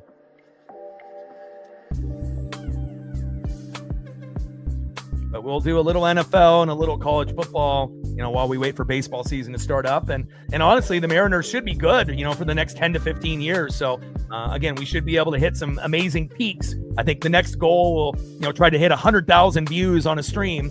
And if the Mariners make the playoffs next year like they did this year, I think that we're going to have a good chance to get to that number.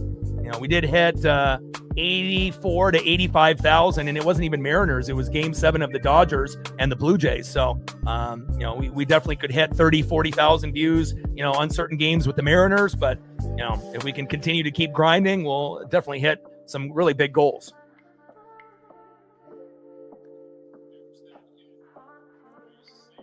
Ooh, Andre Sam with the hit. Yeah.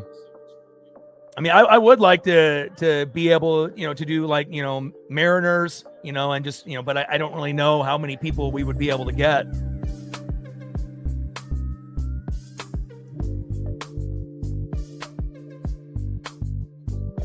But, based on metrics, NBA, it's not worth it. NHL, it's not worth it. NASCAR season ended. So, obviously we just, I guess, we're going to be going, 4 days a week, until, we end up getting more events to be able to call. Omarion Hampton finally in the game with an 18-yard run. Why didn't they have him in the fourth quarter? I mean, if you would have ran with Omarion Hampton, maybe this game is already over. Yeah, numbers were huge, during the regular season for the Mariners as well as the postseason. I mean, we hit numbers on the channel we never hit before. So, and it'll be very exciting to see where, the numbers go and where the Mariners go. They're going to go hand in hand with the channel. So, and obviously if the Ducks end up winning the Natty, we'll get a little bit of a boost with that as well. And obviously it will be more for people hoping that the Ducks lose, because people don't want to see streamers happy. They want to see streamers have meltdowns with their favorite teams losing. It's kind of a sad thing, but that's the truth. You'll get more views if the Ducks ended up like when the Ducks lost to Indiana, there's more people, coming in to talk shit, rather than, if Oregon ended up winning against Indiana or a good team. But I guess the negativity in life is at an all-time high. And, haters love to be able to come in and talk shit, when your favorite team is losing. 2-yard run there by Hampton. 2nd down and 8 at the Philly 38. Yeah, we have to probably wait for more news to come out with the Mariners, though. Because I mean, like if we were going to do like a 1 or 2 hour stream, I mean, there's not really a whole lot of topics to talk about, really. Until more signings and trades happen. I mean, besides the Harry Ford thing that just recently happened, but I don't know if you can really stretch the Harry Ford talk for 2 hours. 2nd down and 8. Herbert short right to Will Dissly, the former Seahawk. Reed Blankenship with a nice tackle. 3rd down and 7 at the Philly 37.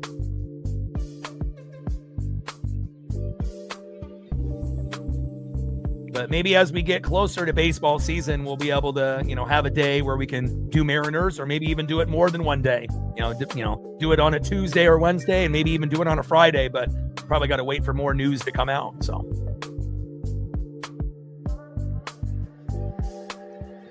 3rd down and 7. Herbert scrambles up the middle. 1-yard gain. Nolan Smith Jr. is there.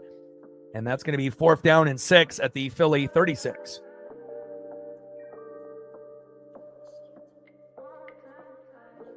And the Eagle defense is so good that you haven't really been able to see Ladd McConkey or Keenan Allen, break away and get open like they usually do. And that's a credit to, the great defense from Philadelphia.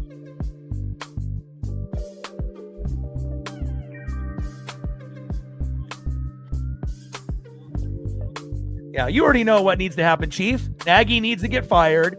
Reed and Spags are good to go. You don't need to make changes with those two guys. You need to beef up the offensive line. You just lost Wanya Morris for the season, so you got 3 starters out. Get better running backs, better wide receivers, another tight end since Kelsey might retire, and then beef up the defense, and then we'll see. 54-yard field goal is up, and good by Dicker, the kicker. And again, kind of an unfortunate year, for the Chiefs, but, hopefully this isn't what Mahomes is, and hopefully we'll be able to see, Mahomes be a top 10 quarterback again. And, only time will tell, but changes definitely need to be made. 22-19, Chargers with the lead, and we'll see if the Eagles can match or get a touchdown and win the game.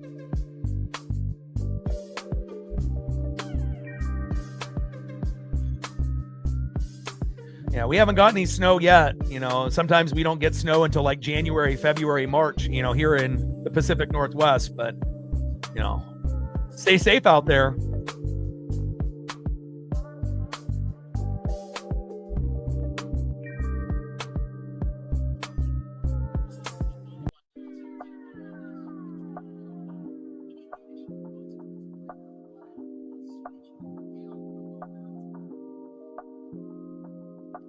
(22-19) Chargers. Fun game. About time, though, right? It's like at the beginning of the year, we had some magic, right? At the very beginning of the year, Cowboys and Packers, Buccaneers, having Baker Mayfield trying to win games in the last 2 minutes, in the first 3 weeks of the season, looking like an MVP candidate. And then all the injuries started happening. And then as we started to go into the middle of the season, in October and November, a lot of the primetime games were shitty.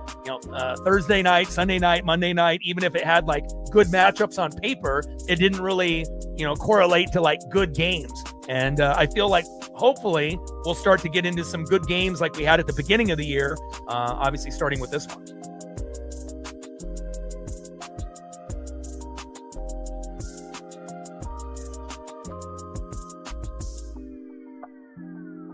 And Dicker, 63 yards. Shipley, 29-yard return. 1st down and 10 at the Philly 31.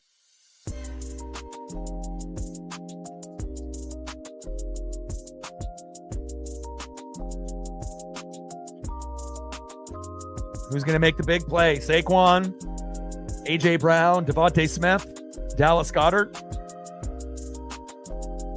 Shotgun set. Barkley up the middle. 4-yard gain, 2nd down and 6 at the Philly 35. Tui Pelotu and Derwin James with the tackle.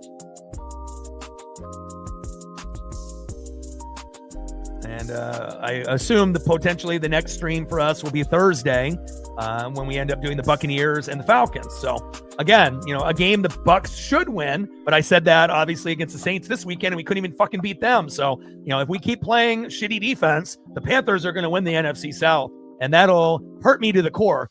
But again, McMillan and Mike Evans have a chance to be back, on Thursday, which is awesome. And again, hopefully we can get enough of our injured bodies healthy enough to be able to win, even if it ends up only being a 9-8 record. I want to win the NFC South 5 years in a row. Even though our team is a pretender, we're not a contender. We're the worst team, in the NFC that could make the playoffs. But as long as Baker is playing, it's fun. Defense, not so much. Pass incomplete by Jalen Hurts to A.J. Brown. 3rd down and 6 at the Philly 35.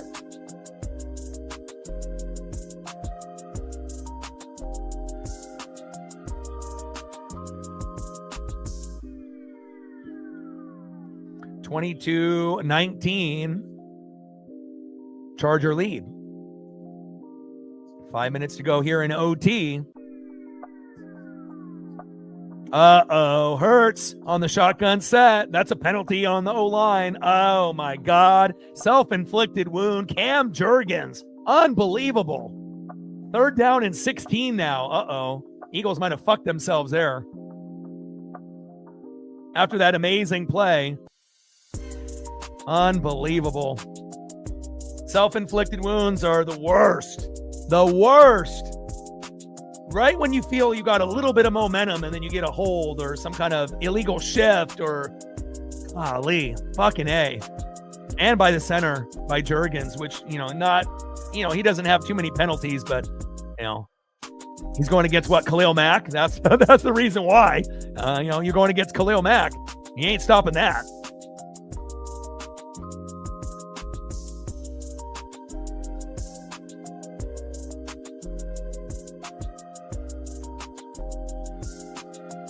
Hurts going to Devontae Smith. Oh my goodness.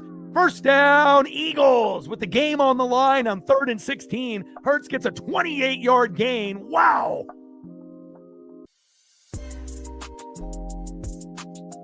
First down, Eagles.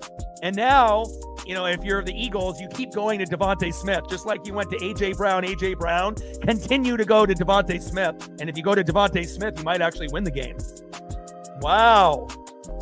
Beautiful throw by Jalen Hurts, threading the needle. I mean, we saw Herbert thread the needle earlier as well. Beautiful. Takes 2 pops and doesn't fumble the ball. Great job by Devontae Smith. Beautiful. Shotgun set. Barkley runs to that right side. No gain. Hard coverage. 2nd down and 10 at the Charger 47. I can't believe that Devontae Smith and Jalen connected on that play. I mean, 9 times out of 10, when you have a self-inflicted wound like a holding call and it's 3rd and 16, it's game over. You're not getting that 1st down. Not in overtime. Wow. Unbelievable.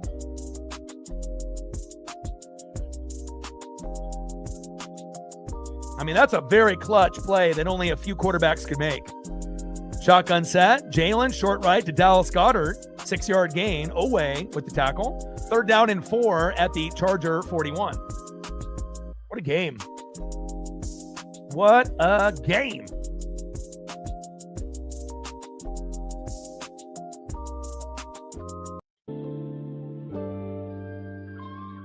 Like, sub, donate, comment, share. If you haven't smashed that like button yet, please do. Help us get to 100 likes, 100 on that dono train, and 5 to 15 subs. Not JT with a $10 holla for Christmas. Thank you, man. That'll go towards Paisley, or the basic things that we need on the channel. Internet, the streaming fee, and taking care of the pup.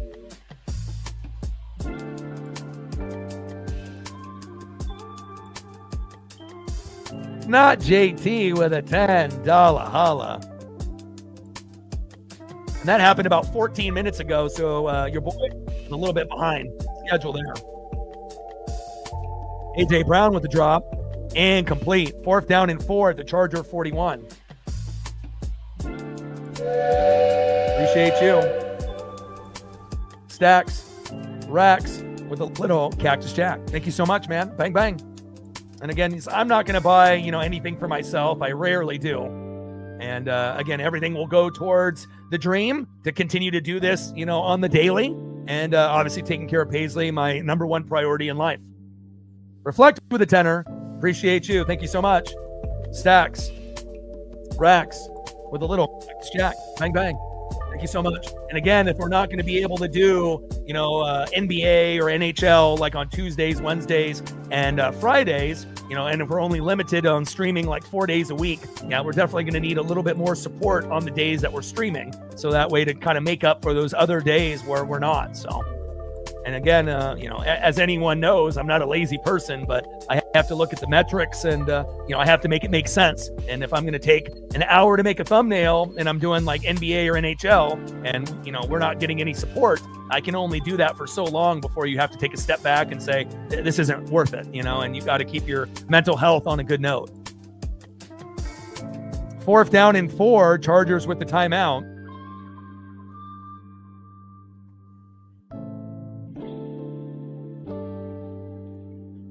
And oh my God, neutral zone infraction by the Chargers. Automatic first down. Wow. Thank you so much.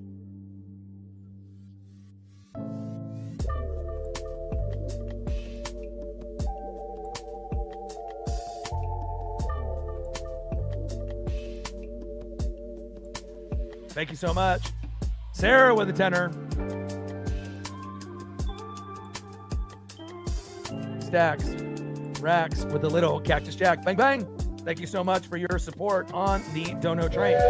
And we're really behind the 8 ball, after baseball season ended. And I get it, this is kind of more of a baseball channel now, based off the Mariners and whatnot. But, we're still going to do a lot of NFL and a lot of, college football. And I appreciate it very, very much. Because obviously baseball is not year round. So obviously from, March, April until, hopefully October, November, we're going to be good there. But obviously from November until March, those are the times that we're going to need still support. So that way I can still keep doing this. So thank you so much. Hurts, short right to Dallas Goedert for 3 yards.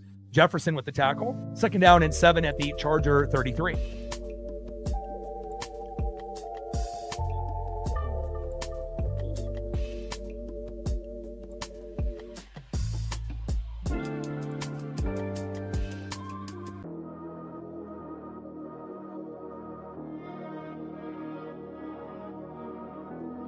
And, obviously, doing baseball every day, obviously for some other people, they're going to be looking at other, channels and whatnot, maybe while we're doing Mariner baseball during like the playoff season as Goddard gets that nice 16-yard catch. First down, Eagles. But again, we're still going to be grinding it out after baseball ends.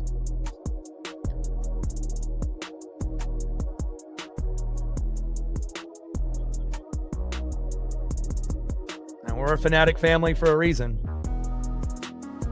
Intercepted. Whoa. And that is game. Holy moly. Wow. Jefferson. Tony. And again, what a wild fucking game. Amazing. I don't even know what to say. 8 turnovers total, 5 for the Eagles, only 3 for the Chargers. And remember when I said early in the 4th quarter that we probably would have one more? There it is. I mean, it took into overtime to get it, but we got it. And unbelievable game. Final score in OT, Chargers 22, Eagles 19. Wow. And again, a lot of times when you play defense, there's a reason, because you can't catch. You can't play wide receiver or tight end. But apparently not in this game, because again, you've been able to get a lot of athletic catches, for the Eagles and the Chargers. Unbelievable. Wow.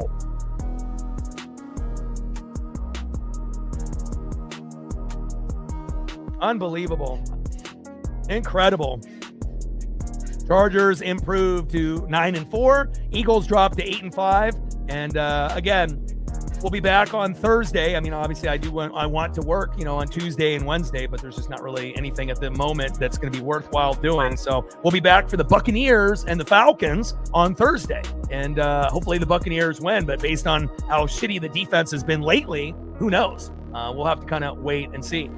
But I appreciate every single one of y'all. Sarah, Reflect, Jolly, Ross, Chief, Reflect, not JT, Sarah there at the end as well. Appreciate you guys very, very much. Hope you guys enjoyed the stream. I definitely enjoy spending time with you guys, and thank you for the extra support. It definitely means a lot. And, obviously the Grossi Posse probably wanted a little bit more of a, crazy, excited reaction. They did not get that from me, and, that's okay. So I love you guys, and I appreciate you guys very much. Enjoy, obviously, the rest of your week until we get to Thursday when we do the Buccaneers and the Falcons. Stay safe, for people that are in the Midwest like Sarah with the snow, as well as people like Reflect, not JT, and myself in the Pacific Northwest with this crazy rain. Love you guys, and I appreciate you guys very much. And I got one question for you. Well, talk sports like us. Your boy Ryan, Northwest Sports Fanatics. Final score, Chargers 22, Eagles 19. Love you guys, and I am out. Gang.